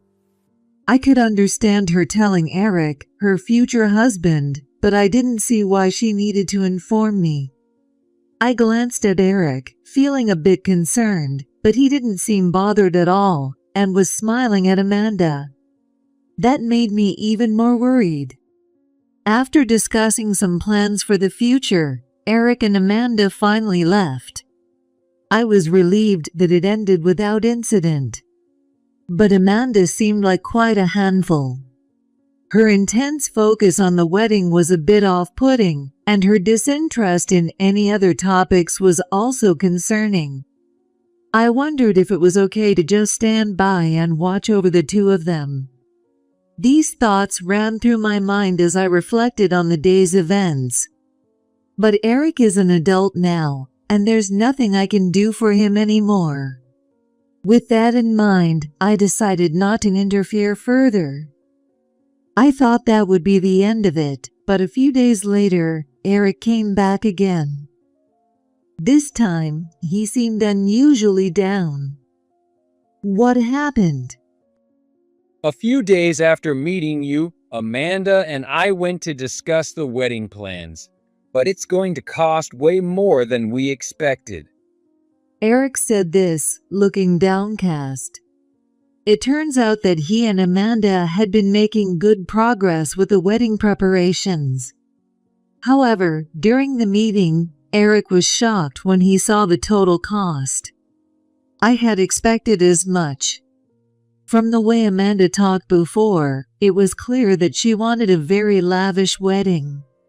She had mentioned wanting to hold the ceremony at a certain theme park when they visited my home, so it was no surprise that it would cost more than usual. It's only natural that it would be expensive. I know, but I already promised to pay for it, so I can't back out now. Eric responded in a dejected voice. It seemed he was planning to cover all the wedding expenses himself. But if this was Amanda's dream wedding, why wasn't she contributing anything? I couldn't help but feel puzzled and uneasy, but it was clear that Eric wanted to prioritize Amanda's wishes. But Amanda really wants this dream wedding, so I want to make it happen for her somehow. But do you even have that kind of money? If you did, you wouldn't have come here to talk to me, right? If I don't have enough, I'm thinking about taking out a loan. That's why I wanted to tell you first, Mom. Eric answered, his face deadly serious, and I could tell he meant every word. He wasn't asking me for money, probably because he assumed I didn't have any as a single parent. I took an envelope from the drawer and handed it to Eric. Here, use this. What is this? I was planning to give it to you when you became independent. There's about $60,000 in it. When I said that, Eric's eyes widened in shock. The truth was, I had been saving this money for Eric's future. I hadn't anticipated using it for something like a wedding, but I was glad it could help him now. That should be enough, right? When I asked, Eric's eyes filled with tears, and he smiled with pure joy. Mom, thank you so much. I couldn't help but feel a bit exasperated by his reaction, but I also found it endearing. Eric is such a kind-hearted person. He always puts others before himself, and it seems that hasn't changed as he's grown older. For someone like Eric, I didn't mind giving up that $60,000, even if it was to fulfill Amanda's extravagant wishes. I decided to keep quiet about covering all the wedding expenses to protect Eric's pride. There was no need for Amanda to know. Eventually, Eric and Amanda had their wedding at the theme park as planned.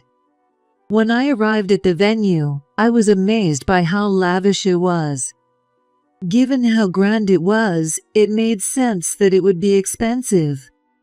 Amanda was in high spirits the whole time, and Eric looked genuinely happy watching her. I was truly glad that my money was useful. The beautiful wedding went off without a hitch. A few days after the wedding, the doorbell rang while I was at home.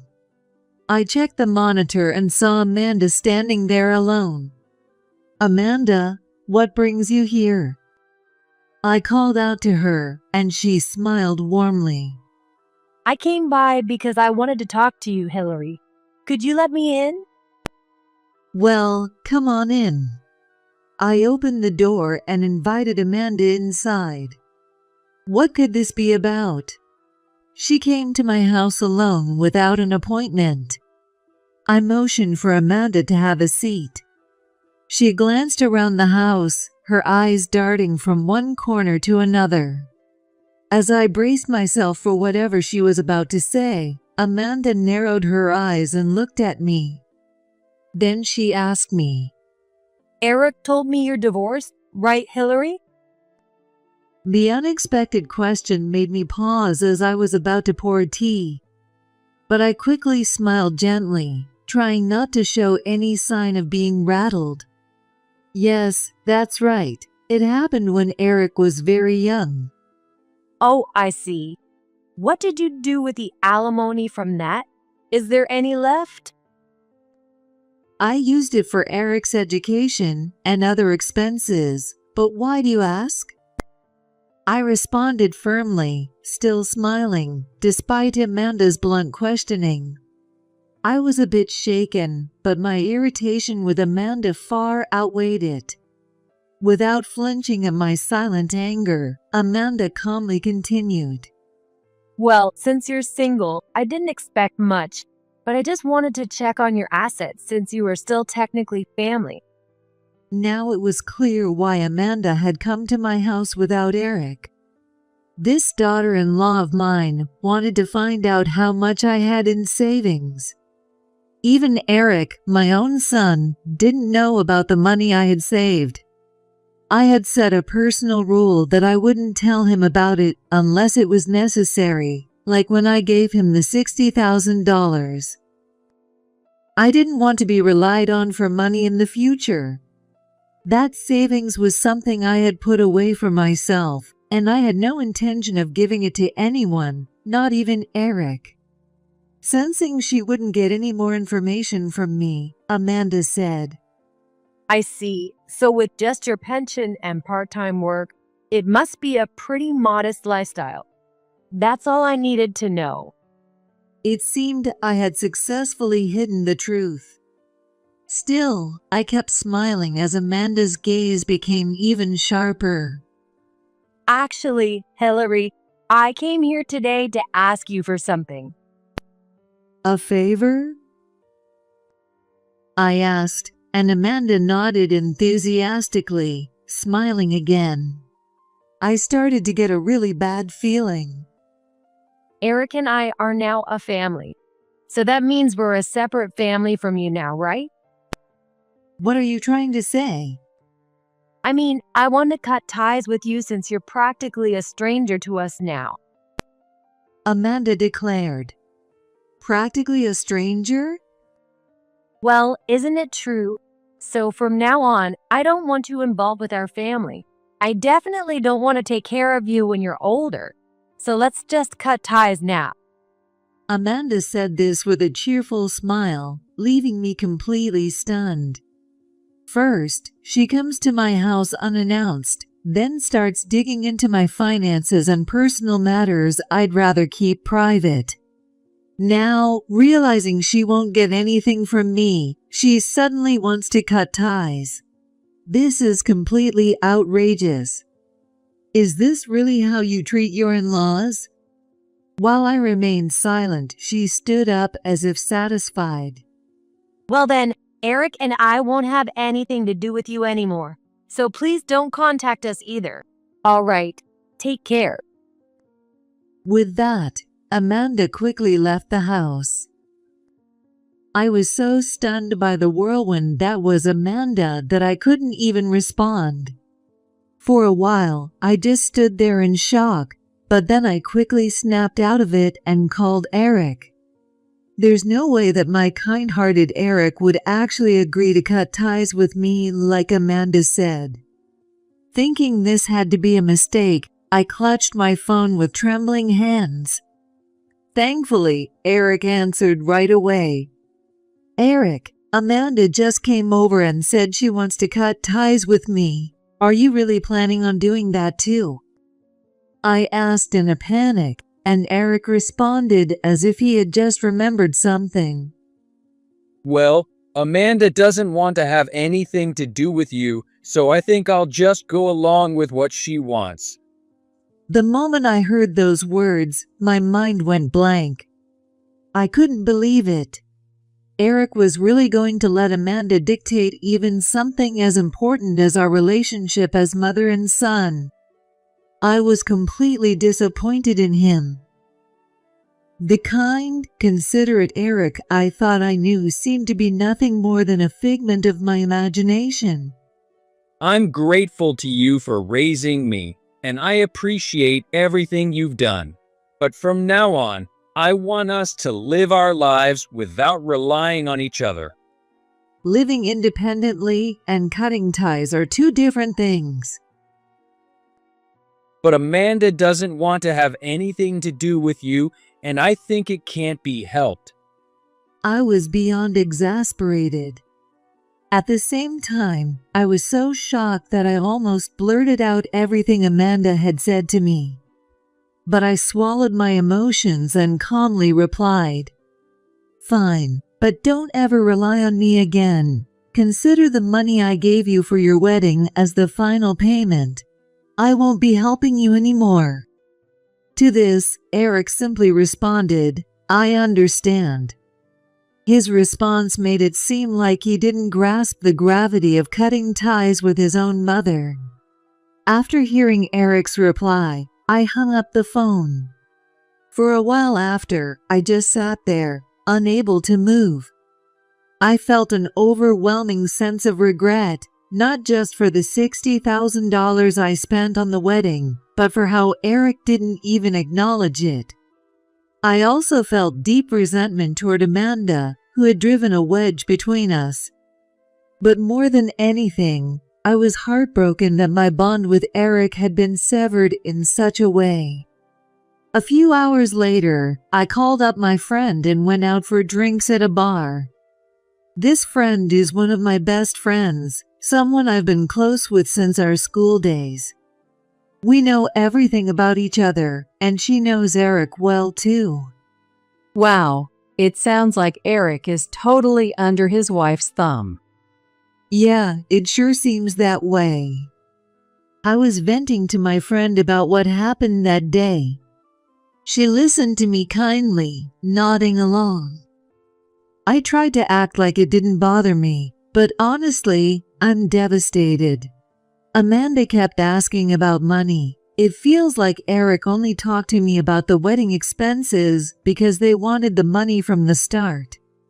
Yeah, it really does seem like they took advantage of you.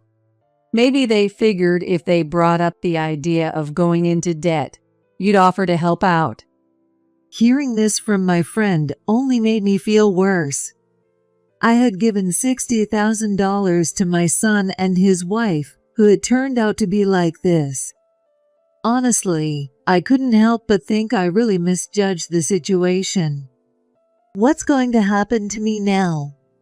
I had this vague sense of unease.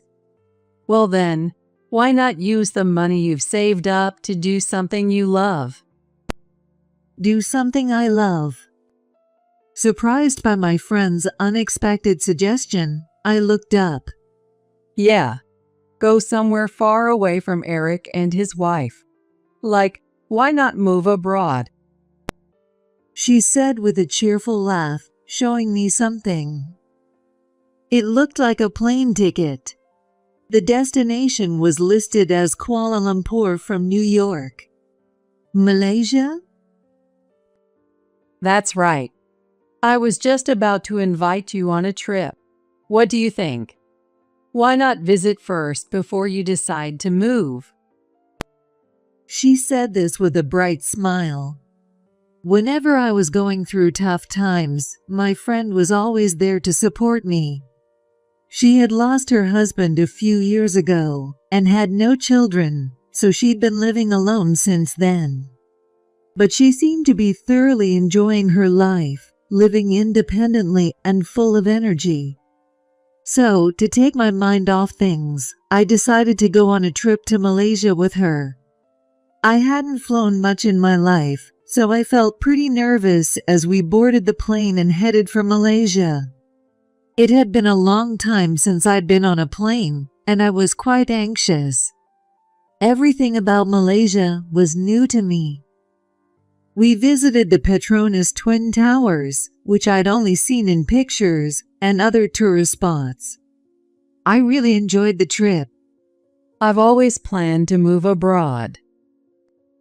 My friend said one evening as we looked at the night sky from our hotel. I always wanted to ask you to come with me, but I hesitated because I knew you had Eric. But the truth is, I've always wanted to live here with you. Really? With me? I couldn't hide my surprise at her unexpected words. Had she needed me this whole time? The thought warmed my heart. Seeing my reaction, my friend smiled gently and asked, "What do you think, Hillary? Wouldn't you like to live here?" I seriously considered her question. Malaysia's cost of living is much lower than in the US. With my savings and pension, I could probably live comfortably. I think the language barrier will be okay in the current situation. And if I were to live with my friend, it would certainly be an interesting experience. Instead of feeling anxious, I started to get excited about the possibilities ahead. I think I'd like to try living here, and if I get to live with you, I'm sure it'll be a lot of fun. When I said that, my friend laughed joyfully. I decided it was time to forget about Eric. From now on, I'm no longer Eric's parent, and there's no need to watch over Eric and Amanda. I realized it was okay to spend time on myself for a change. After returning to the US, my friend and I started the process of moving. There were a few hurdles, but we successfully made our way to Malaysia. Once I got there, I realized that living somewhere is quite different from just visiting. But I was having a great time every day with her. Before I knew it, a year had passed since we moved to Malaysia. I had gotten used to the lifestyle and was enjoying every day to the fullest. Then one day, I received a call on my phone. The call seemed to be from the US. When I checked the number, I realized it was from Eric, the son I had cut ties with. At first, I ignored it, thinking, what could he want now? But Eric kept calling persistently. Unsure of what to do, I consulted my friend and decided to answer the phone just this once. Hey, Mom. It's been a while. It's me. When I answered, I heard Eric's cheerful voice.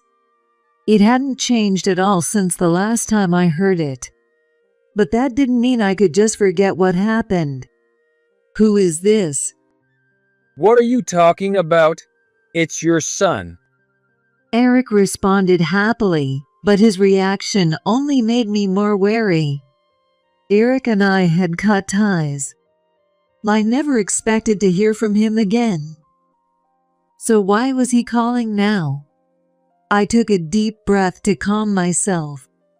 I was told we were cutting ties, so I don't have a son anymore.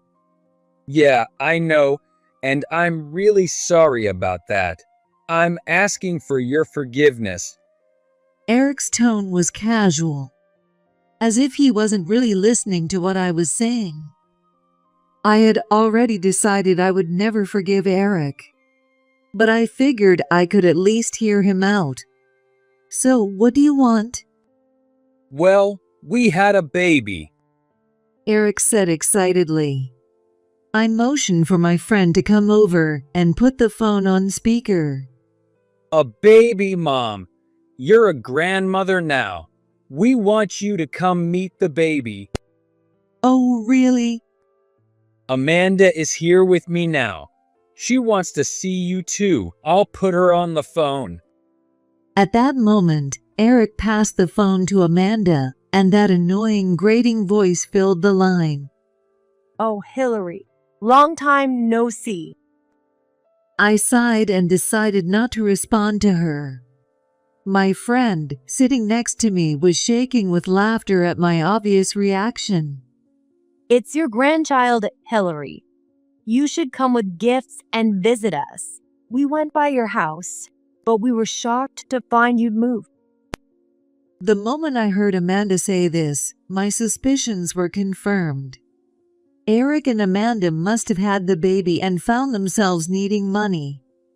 It made sense that they would turn to me, thinking I might still have some savings. Maybe they thought I'd be thrilled about having a grandchild and that I'd offer to help.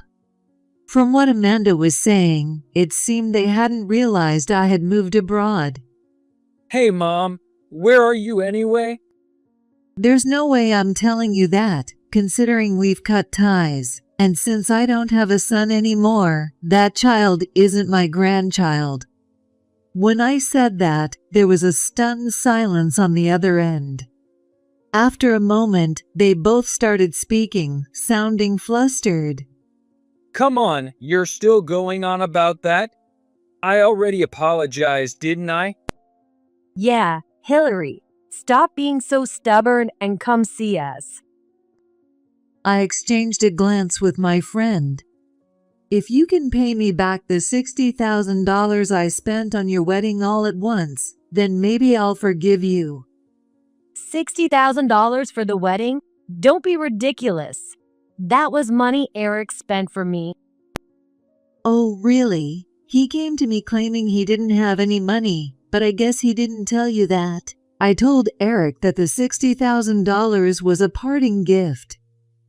I could hear Eric and Amanda arguing on the other end of the line. What's going on? No, it's not like that. My friend was laughing so hard, trying not to be heard. And watching her made me start laughing too.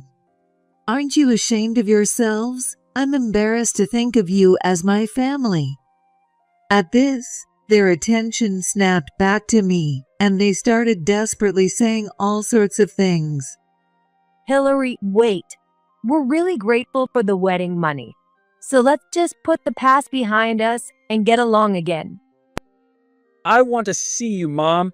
And that $60,000 was meant for me, wasn't it? So I don't think I need to pay it back. I was beyond exasperated. That was before we cut ties. If you hadn't turned your back on me then, you might have continued to benefit from my support. But we can still make things right if we start fresh now. Eric was clearly trying hard to get back into my good graces, with Amanda chiming in from the background. I sighed deeply, utterly fed up. There's no chance we'll ever meet again. You'll never find out where I am, no matter how much you search. So, this is really goodbye. Farewell, I said, ignoring their protests as I hung up the phone. They're living in a fantasy world, aren't they? Absolutely, it's just ridiculous. We looked at each other and laughed, then continued enjoying our drinks. To make sure my phone didn't ring again, I turned it off. After that, I changed my phone number, as my friend suggested. I was never very good with smartphones, so I didn't really know how to block or reject calls. To make sure I wouldn't be contacted again, I decided to change my number entirely. Before I changed it, I got a call from a relative telling me that Eric and Amanda had come to them asking for money. Apparently, Amanda had been quite reckless with money and had borrowed from several companies. As I heard more details, I found out that Amanda had already been in debt for hundreds of thousands of dollars before she got married. All those expensive brand name bags and long, manicured nails were funded by debt. Honestly, I wasn't surprised. Knowing Amanda, it was all just for show. This led to fights between her and Eric, and eventually, Amanda had to sell her bags and other belongings to repay some of the debt. But of course, that didn't solve all their problems. This caused a huge rift between Amanda and Eric, and they eventually divorced. Amanda took custody of their child and returned to her parents' houses, but when her parents heard what had happened, they were furious. While they were taking care of their grandchild, they ignored Amanda. Feeling abandoned, Amanda started frequenting host clubs to fill the void, racking up even more debt. Amanda's life spiraled out of control, and I couldn't help but laugh at the thought. Eric's life took a similar downward turn. On top of paying child support, he was too embarrassed to tell anyone about the divorce after their big, lavish wedding, so he kept pretending they were still a happy family. But eventually, the truth came out, and his friends, fed up with his lies, started distancing themselves from him. The only people who would still talk to Eric were women at the bars he frequented. With Amanda caught up in her obsession with host clubs, it seemed that the two of them were doomed to similar fates. When I explained to my relatives that I had cut ties with Eric and what had happened back then, they understood. There wouldn't be anyone left to help them now. Eric used to be such a good, responsible kid.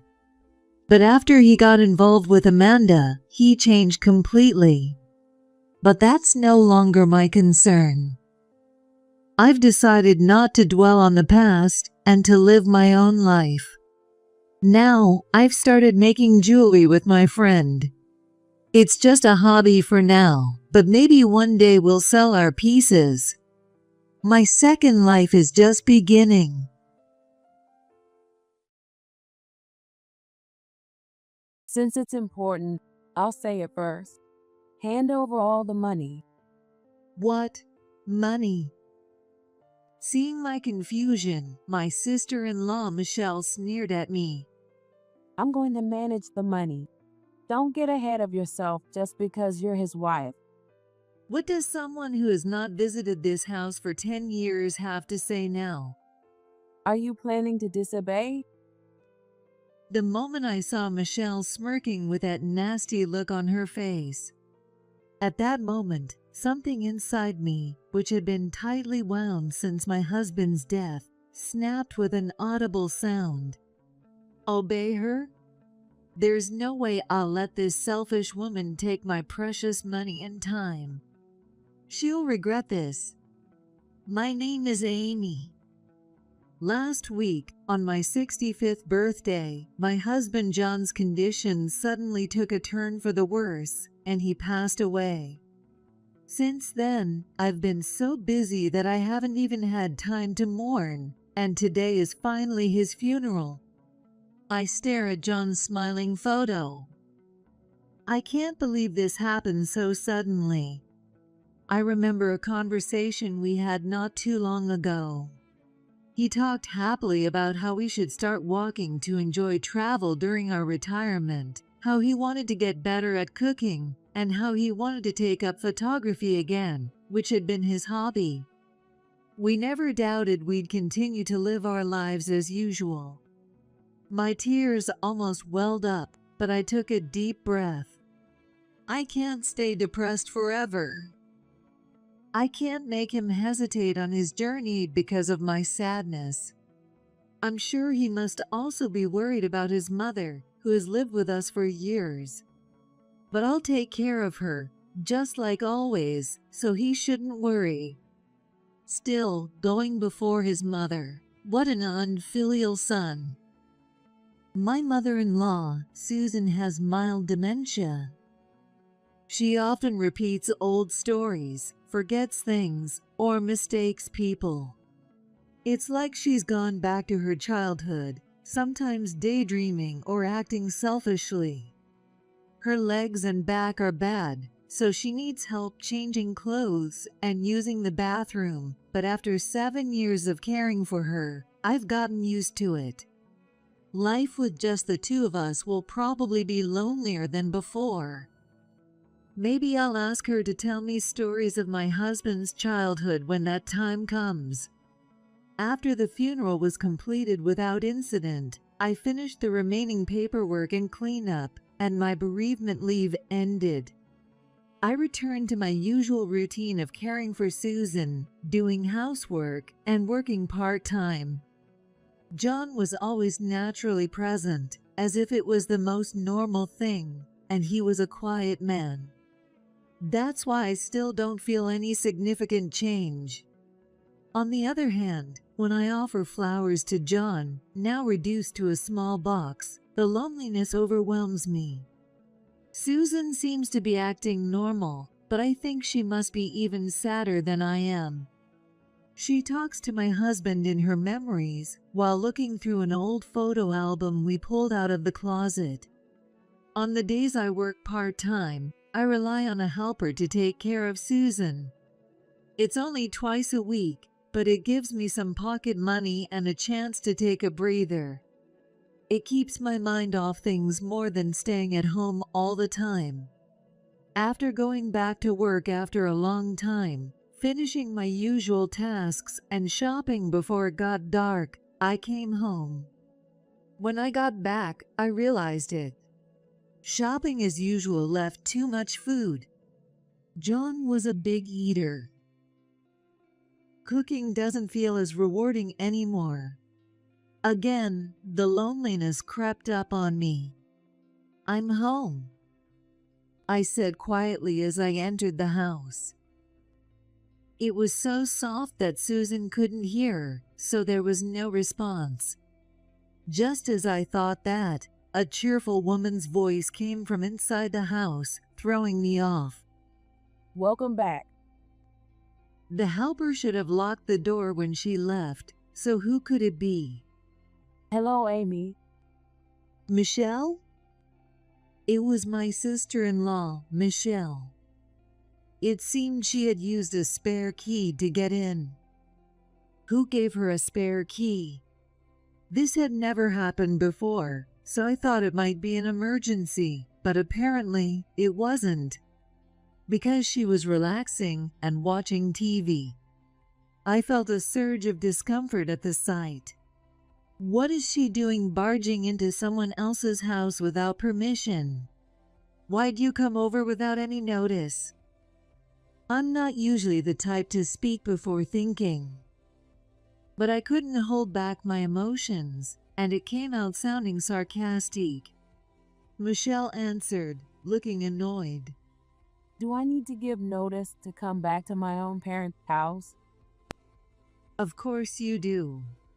I wanted to say that, but I held my tongue.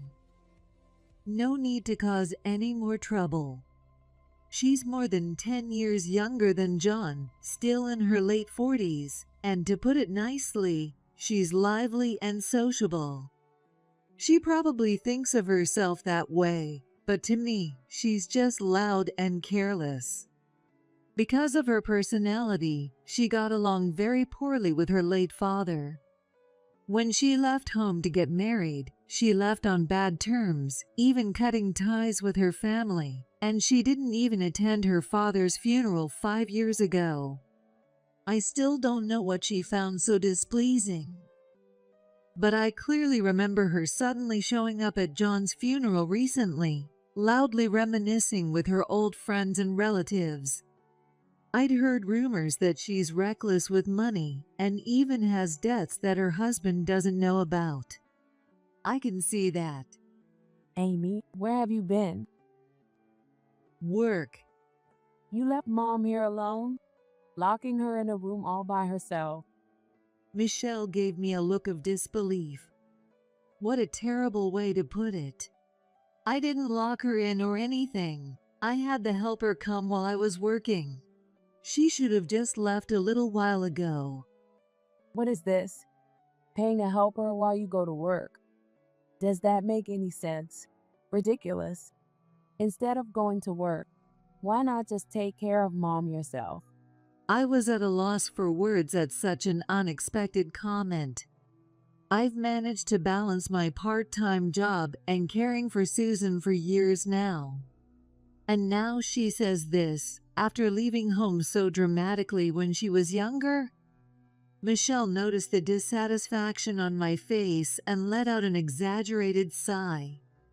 I thought it must be tough now that John's gone, but you're already back at work. You really are cold-hearted, Amy. You're just dumping Mom's care on someone else because you don't want to be here? What? Michelle looked at me coldly.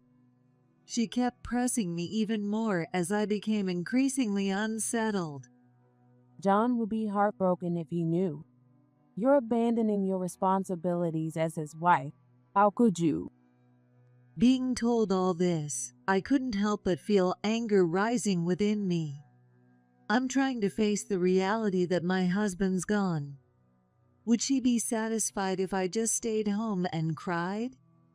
Now that John's gone, I don't feel comfortable leaving this house and Mom in your hands, John's wife. I tilted my head in confusion. Sure, my husband is gone, but we're already living on pension, and we have some savings, so as long as I don't get extravagant, I can manage fine. Besides, I've been taking care of Susan for 7 years now. Michelle's words are out of line. Hey, since I went out of my way to come here, hand it over already. Michelle suddenly showed me her palm. What? What do you mean, what? Give me my share. I was even more confused. Did I have something to give Michelle? I'm John's sister. Half of his inheritance is mine, isn't it? Half? Michelle smirked. Is this a threat? Well, I think you're misunderstanding, but you don't have any inheritance share. What do you mean? What I mean is, it's strange for a sibling to inherit anything. Even though we don't have kids, Susan is still alive, so there's no inheritance for siblings. Is that so? But this house should be mine, right? Mom has an inheritance share, doesn't she? But Susan is still alive. What are you saying? She won't stay healthy forever. When that time comes, it'll be my house, so you shouldn't stick your nose in it. Whether Michelle understood it or not, the fact is that this house will never be mine. It's solely in Susan's name, and it never belonged to my late husband, so it won't ever be mine. Greedy as she is, Michelle is closer to having a claim. When my father-in-law passed away, Michelle gave up her inheritance. She didn't get along well with him, and besides, he had some debts from his business. At that time, Michelle had said, I'm not taking any inheritance. I know there's debt from the business. You just want me to pay up because I'm married into a wealthy family, don't you? Not gonna happen. I'm married now, and it's none of my business. Since John also gave up his share when his father passed, Susan inherited the house and the debt. It wasn't a huge debt, and John was able to pay it off on her behalf afterward. Anyway, just because John has passed doesn't mean Michelle has any inheritance rights. When I patiently explained this, Michelle's face grew more and more sullen. At that moment, Susan called out to me from her room. Probably needed the restroom. I gave a word to Michelle and headed to Susan's room. After helping her in the restroom, I returned to the living room with her, only to find Michelle was gone. Feeling something was off, I looked around her room and noticed that several of the antique vases Susan had cherished and collected over the years were missing. Since when? I didn't see it happen, but it could only have been Michelle who took them. I can't make sense of this. She said whatever she wanted, and when she realized she wasn't getting any inheritance, did she take Susan's collection as payback? I don't want to believe it, but there's no one else. Amy, what's wrong? Susan asked, noticing my demeanor. I forced a smile to keep her from worrying. Michelle was just here. Well, it seemed like she was worried about you and me. I wrapped my response in a thick layer of sugar coating, but Susan seemed to see through it. Oh, really? I wanted to see her. If she comes again, make sure you tell me. 5 days later, Michelle showed up again. Of course, it was unannounced. And today, she even showed up with a moving company, stacking a ton of boxes in front of the house. What? Michelle, what are all these boxes? It seemed Michelle couldn't hear my panicked voice as she continued giving instructions to the movers. Put the heavy stuff inside the front door. There's an elderly person here, so keep it quiet. Wait a minute, you can't just do this without asking. I stopped the movers from entering the house and stood in front of Michelle. What do you think you're doing? Isn't it obvious? No, it's not. Keep your voice down. What if Mom hears you? Michelle gave me a sharp look. If she's worried about her hearing, it must mean she knows she's doing something wrong. Did you lock Mom in her room again today? Of course not. I doubt it. Anyway, what is all this? Michelle sneered at my frustration. I told you before, right? I can't trust the house and Mom to you. Even so, this is obviously. Exactly. As you guessed, I've moved in. What about your own house? Then Michelle said something unbelievable. I got divorced and came back. What? It's only natural, considering the importance of this house. I had no idea what she was talking about. She came to John's funeral with her husband. When did you get divorced? Just last week. Why? I already told you, for the sake of this houses. Since I couldn't understand it at all, I went through it step by step. So you're moving into this house? Yeah, obviously. Well, does that mean you're going to take care of Susan? What are you talking about? That's your job, Amy. Then, are you going to help with the household chores? Why would I do that? Then, are you going to earn money to replace what John used to bring in? That's impossible. There couldn't be any reason for Michelle to get divorced. She had a wealthy and kind husband, so she shouldn't have had any complaints. My head was spinning. I needed to calm down. Living with Michelle in this house would be absolutely impossible. Actually, it's just out of the question. Where did you take Susan's collection of vases? When I asked, as if remembering, Michelle answered without any sign of remorse. I sold them. I needed moving funds. What? What's the big deal? I can do whatever I want with things in my own parents' house, can't I? What? I was so taken aback that I couldn't find any word. That's right, I should go call Susan. She told me to always do that when Michelle came over. But before I could, Michelle noticed and stopped me. Wait a minute. What? I'll tell Mom myself, so just keep quiet. Huh? It'd be better if I explained it instead of you. But if you understand, help move the stuff in. The place Michelle chose was my husband's study, which I had only halfway cleaned up. Michelle, wait. I don't want you to put anything in this room. I refused, but Michelle didn't care at all. What?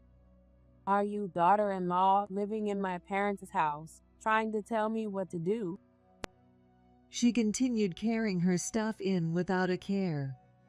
This room is perfect. Great sunlight. Michelle marched right into John's room. My chest tightened. Sure, this may be your parents' house, but it's also the home I've cherished for decades. You can't just show up unannounced and expect me to accept it. Since it's important, I'll say it first. Hand over all the money. What money? Yeah, all the money in this house is. My confused mind went into further panic. All of it? What are you talking about? You were mistaken before, saying half of it was yours, and now what? Michelle sneered. I couldn't believe I didn't get a share, but honestly, it doesn't matter. Since I'm back and I'll be managing the house and the money, it's only natural that I get everything, right? Don't act high and mighty over me, his sister, just because you're his wife. What? Hearing Michelle's self-centered reasoning made even less sense to me. If you don't want to obey, then you can leave, for all I care. The moment I saw Susan smirking with that nasty look on her face, at that moment, something inside me, which had been tightly wound since John's death, snapped with an audible sound. There's no way I'll let this selfish woman take my precious money and time. I responded calmly. Got it. I have no intention of obeying you. I'll leave this house right away.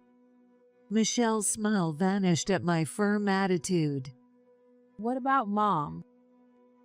Just like you said, I'm only John's wife, so I won't meddle anymore. I'll leave her to you. What? How cold can you be? Look who's talking. You've ignored Susan all this time. Who do you think you're talking to? Apologize now. I ignored her and quickly packed my things. Then I went to Susan's room on the first floor, opened the door, and said loudly, Susan, I've been told to leave, so I'm doing just that. Susan looked at me, bewildered, as I spoke quickly. Michelle will be taking care of this house. With that, I stormed out of the house.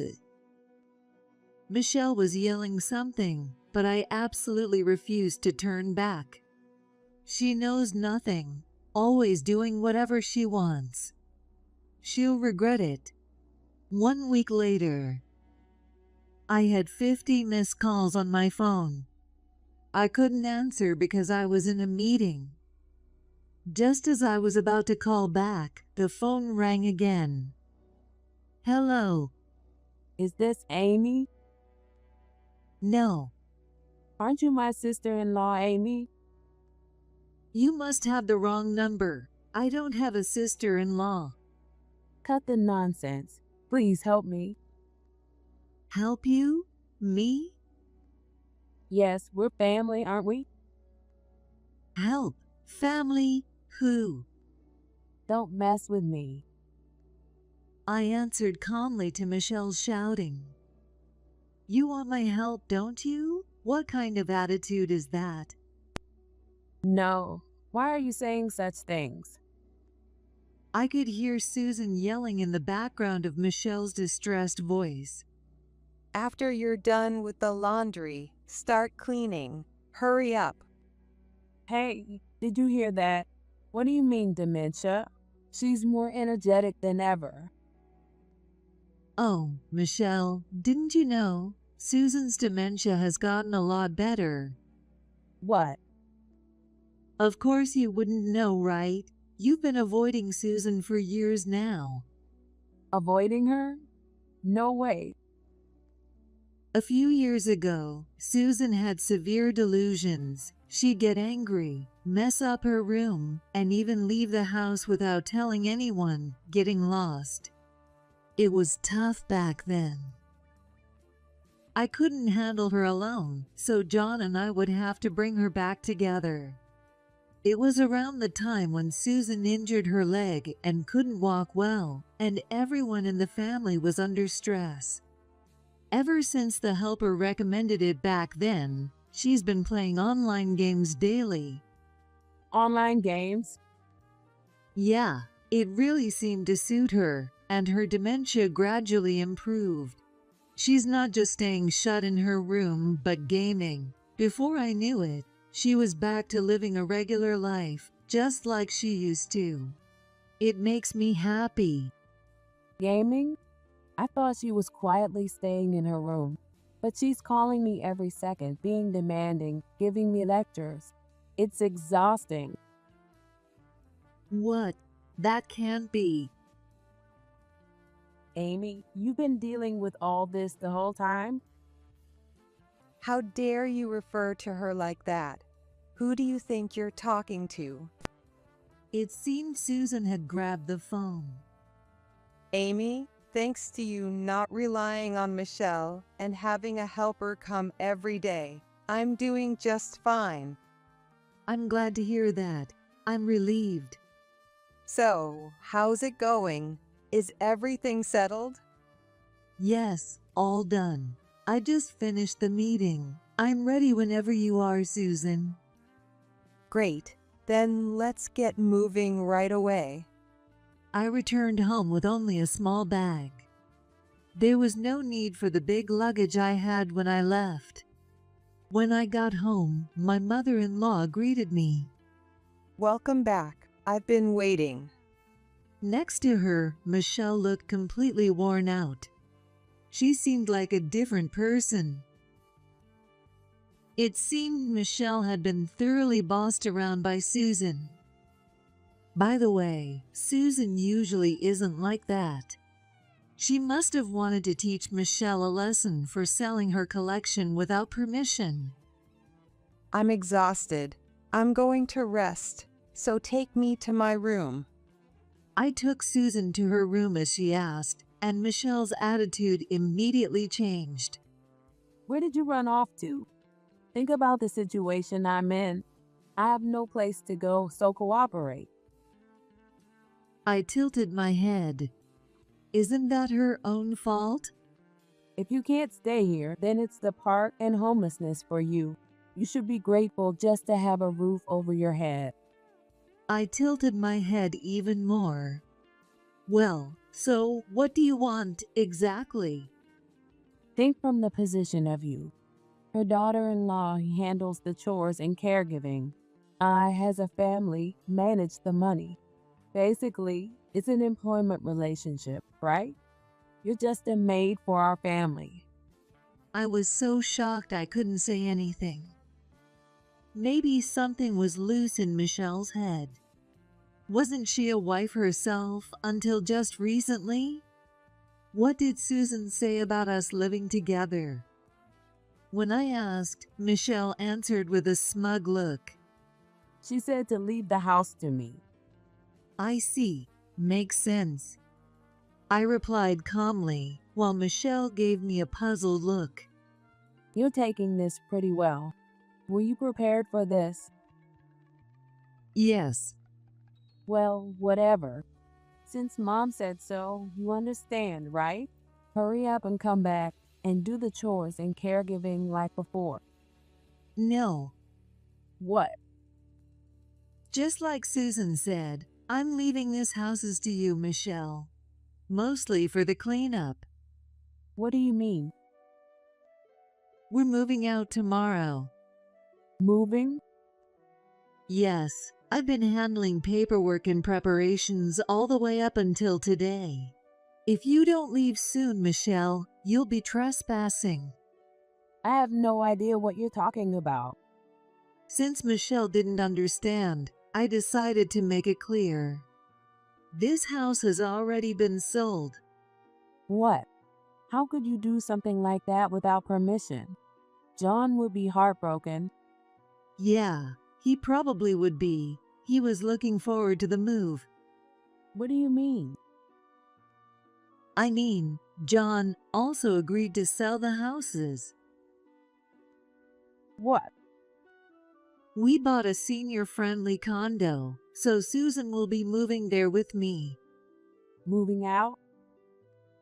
Considering Susan and our future, a senior-friendly condo with accessible facilities is much better than a big house with a garden that's hard to maintain. Wouldn't it be better to live comfortably for the rest of our lives? Since John said that, both Susan and I, of course, agreed. I never imagined he'd be gone so soon, though. No one told me. What? This is my family home. Isn't it wrong not to consult me? The house belongs to Susan. We don't need the permission of someone who just barged in to live here. Honestly, That was a bit harsh. Michelle is technically an interested party since she's a presumptive heir of Susan's. But we thought dealing with her was far more troublesome. Susan may have mild dementia, but she signed a family trust, and John, who was entrusted with managing her assets, sold the house. This place already belongs to someone else. Michelle was trembling. Her face kept getting paler and paler. Don't mess with me. Where am I supposed to live now? I've already filed for divorce. Why don't you swallow your pride and ask your husband for forgiveness? That's impossible. I said whatever I wanted and stormed out. What exactly did you say? That he's useless, earns a lousy salary, smells like old age. The more I heard, the sorrier I felt for her husband. He was such a kind man, and she said all that to him? Wait, hold on. So there's no money left from this house? Right, most of it went towards the condo. I counted on the money from this house when I got divorced. What am I supposed to do now? What? I couldn't hide my shock. What in the world happened? I mean, what kind of cheap guy complains over a little debt? Debt? Yeah, I'm better off without him. Michelle's words filled me with disgust. I'd heard she was irresponsible with money, but I couldn't believe she'd abandon her family over it. He took my cards and checkbook, and there's no use for a man like that. A chill ran down my spine. To Michelle, everything seemed to boil down to money. And the debt probably wasn't a little either. Then Michelle suddenly had an idea. Hey, since there's no other choice, let me live in that condo with you. I can take John's place, and it should be fine, right? Michelle looked pleased, as if she'd come up with a brilliant plan. If she didn't understand what she was saying, I should explain it to her, step by step. You said I was just the maid for the family, right? What? I just wanted to confirm. What about it? I began to speak slowly. The condo is in Susan's name, so if she agrees, I can't say anything. But you're saying you want to live in a house that's no longer your family home? What? You also said to hand over all the money. Can you say that again? Michelle's face froze. What? I never said that. You must have misheard. I kept smiling as I answered. I think family is about supporting each other. It's wrong if someone has to endure to make it work. There's no way I'm spending the rest of my life enduring you, and there's no way I'm letting you use our money either. Michelle seemed so furious that she was at a loss for words. She ran into Susan's room, seeking help. Mom, this woman is crazy. Susan smacked Michelle's hand away as she tried to cling to her. My legs might be bad, but my hearing's sharper than most. I heard everything. You've been awfully rude to Amy, haven't you? What?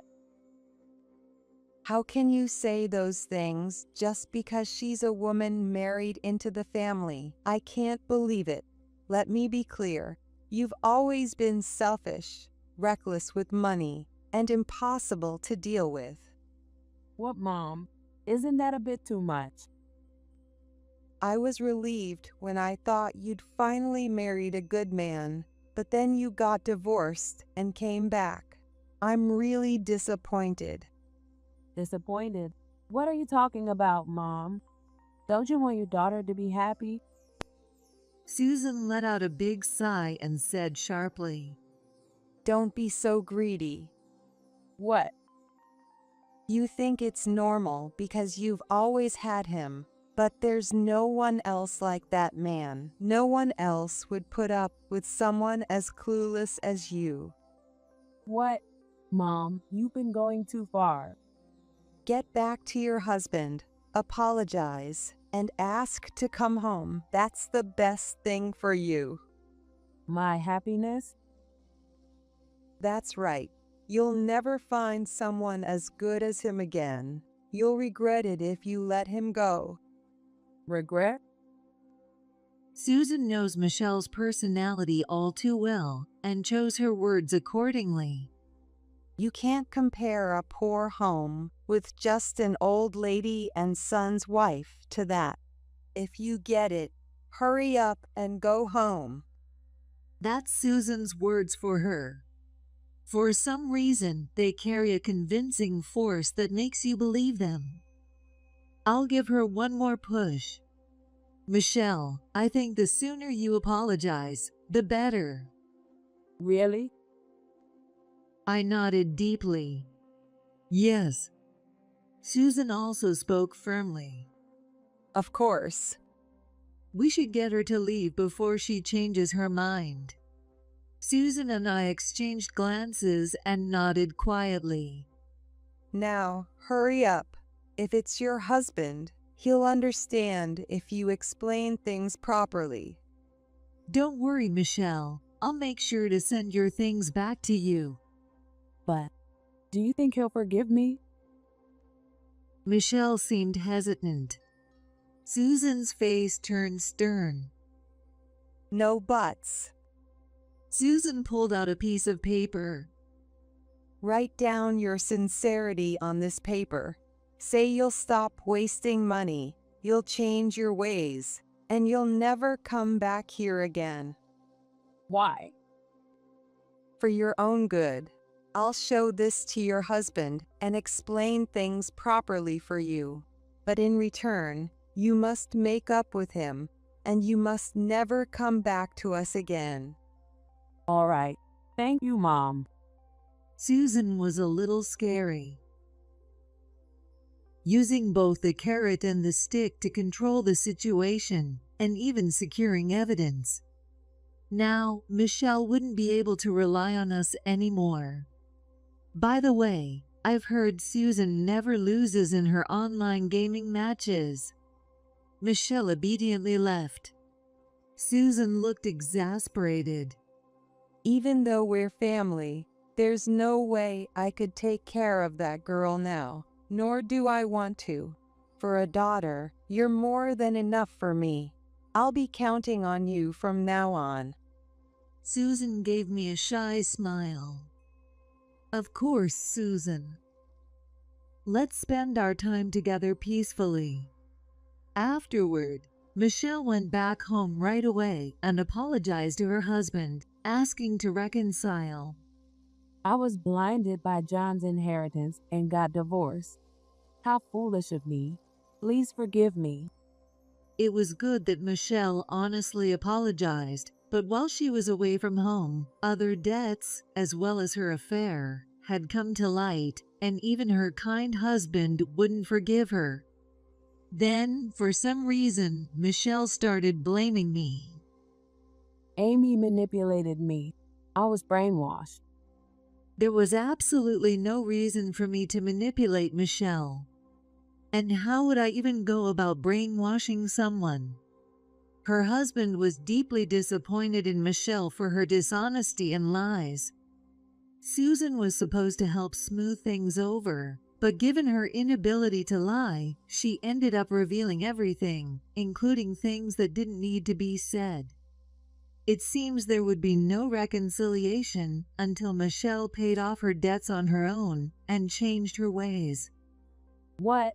I'm humbling myself and apologizing here. With that attitude, it'll never happen, no matter how long she waits. Susan and I successfully moved, and we're enjoying a comfortable life. The room that was supposed to be John's study has now been set up as a personal gym where we can get some exercise. It's nothing fancy, but it's nice to have something I can use every day at home. Games are fun, but you need to exercise too, or your body will get lazy, Susan. What are you talking about? There are online games where you move your body to play now. Really? You're well informed as always. You have to use both your mind and body in balance. Am I the only one who feels like Susan is getting younger? She'll probably live a long life, and I can't afford to fall behind. I also think about the time when she will be gone. When that happens, this condo will belong to Michelle. I bet she's counting down the days until then. Susan even said she would make me her adopted daughter so I could inherit, but I don't want to have an inheritance battle with Michelle. If that day comes, I'll use John's inheritance and our savings to move into a retirement home. Although, judging by how Susan is doing, I don't think that day is coming anytime soon. Ironically, John's sudden passing made me reconsider my future life. What I should value from now on is the inheritance my husband left, my savings, and most importantly, my healthy body that allows me to keep working. Relying on someone else's money, like Michelle, is a scary way to live. If both my mind and body are healthy, most things will work out fine. I'll take responsibility for myself as I inevitably grow older. As I made this vow, Susan worked up a good sweat next to me while doing her exercises. Susan, I'll join you.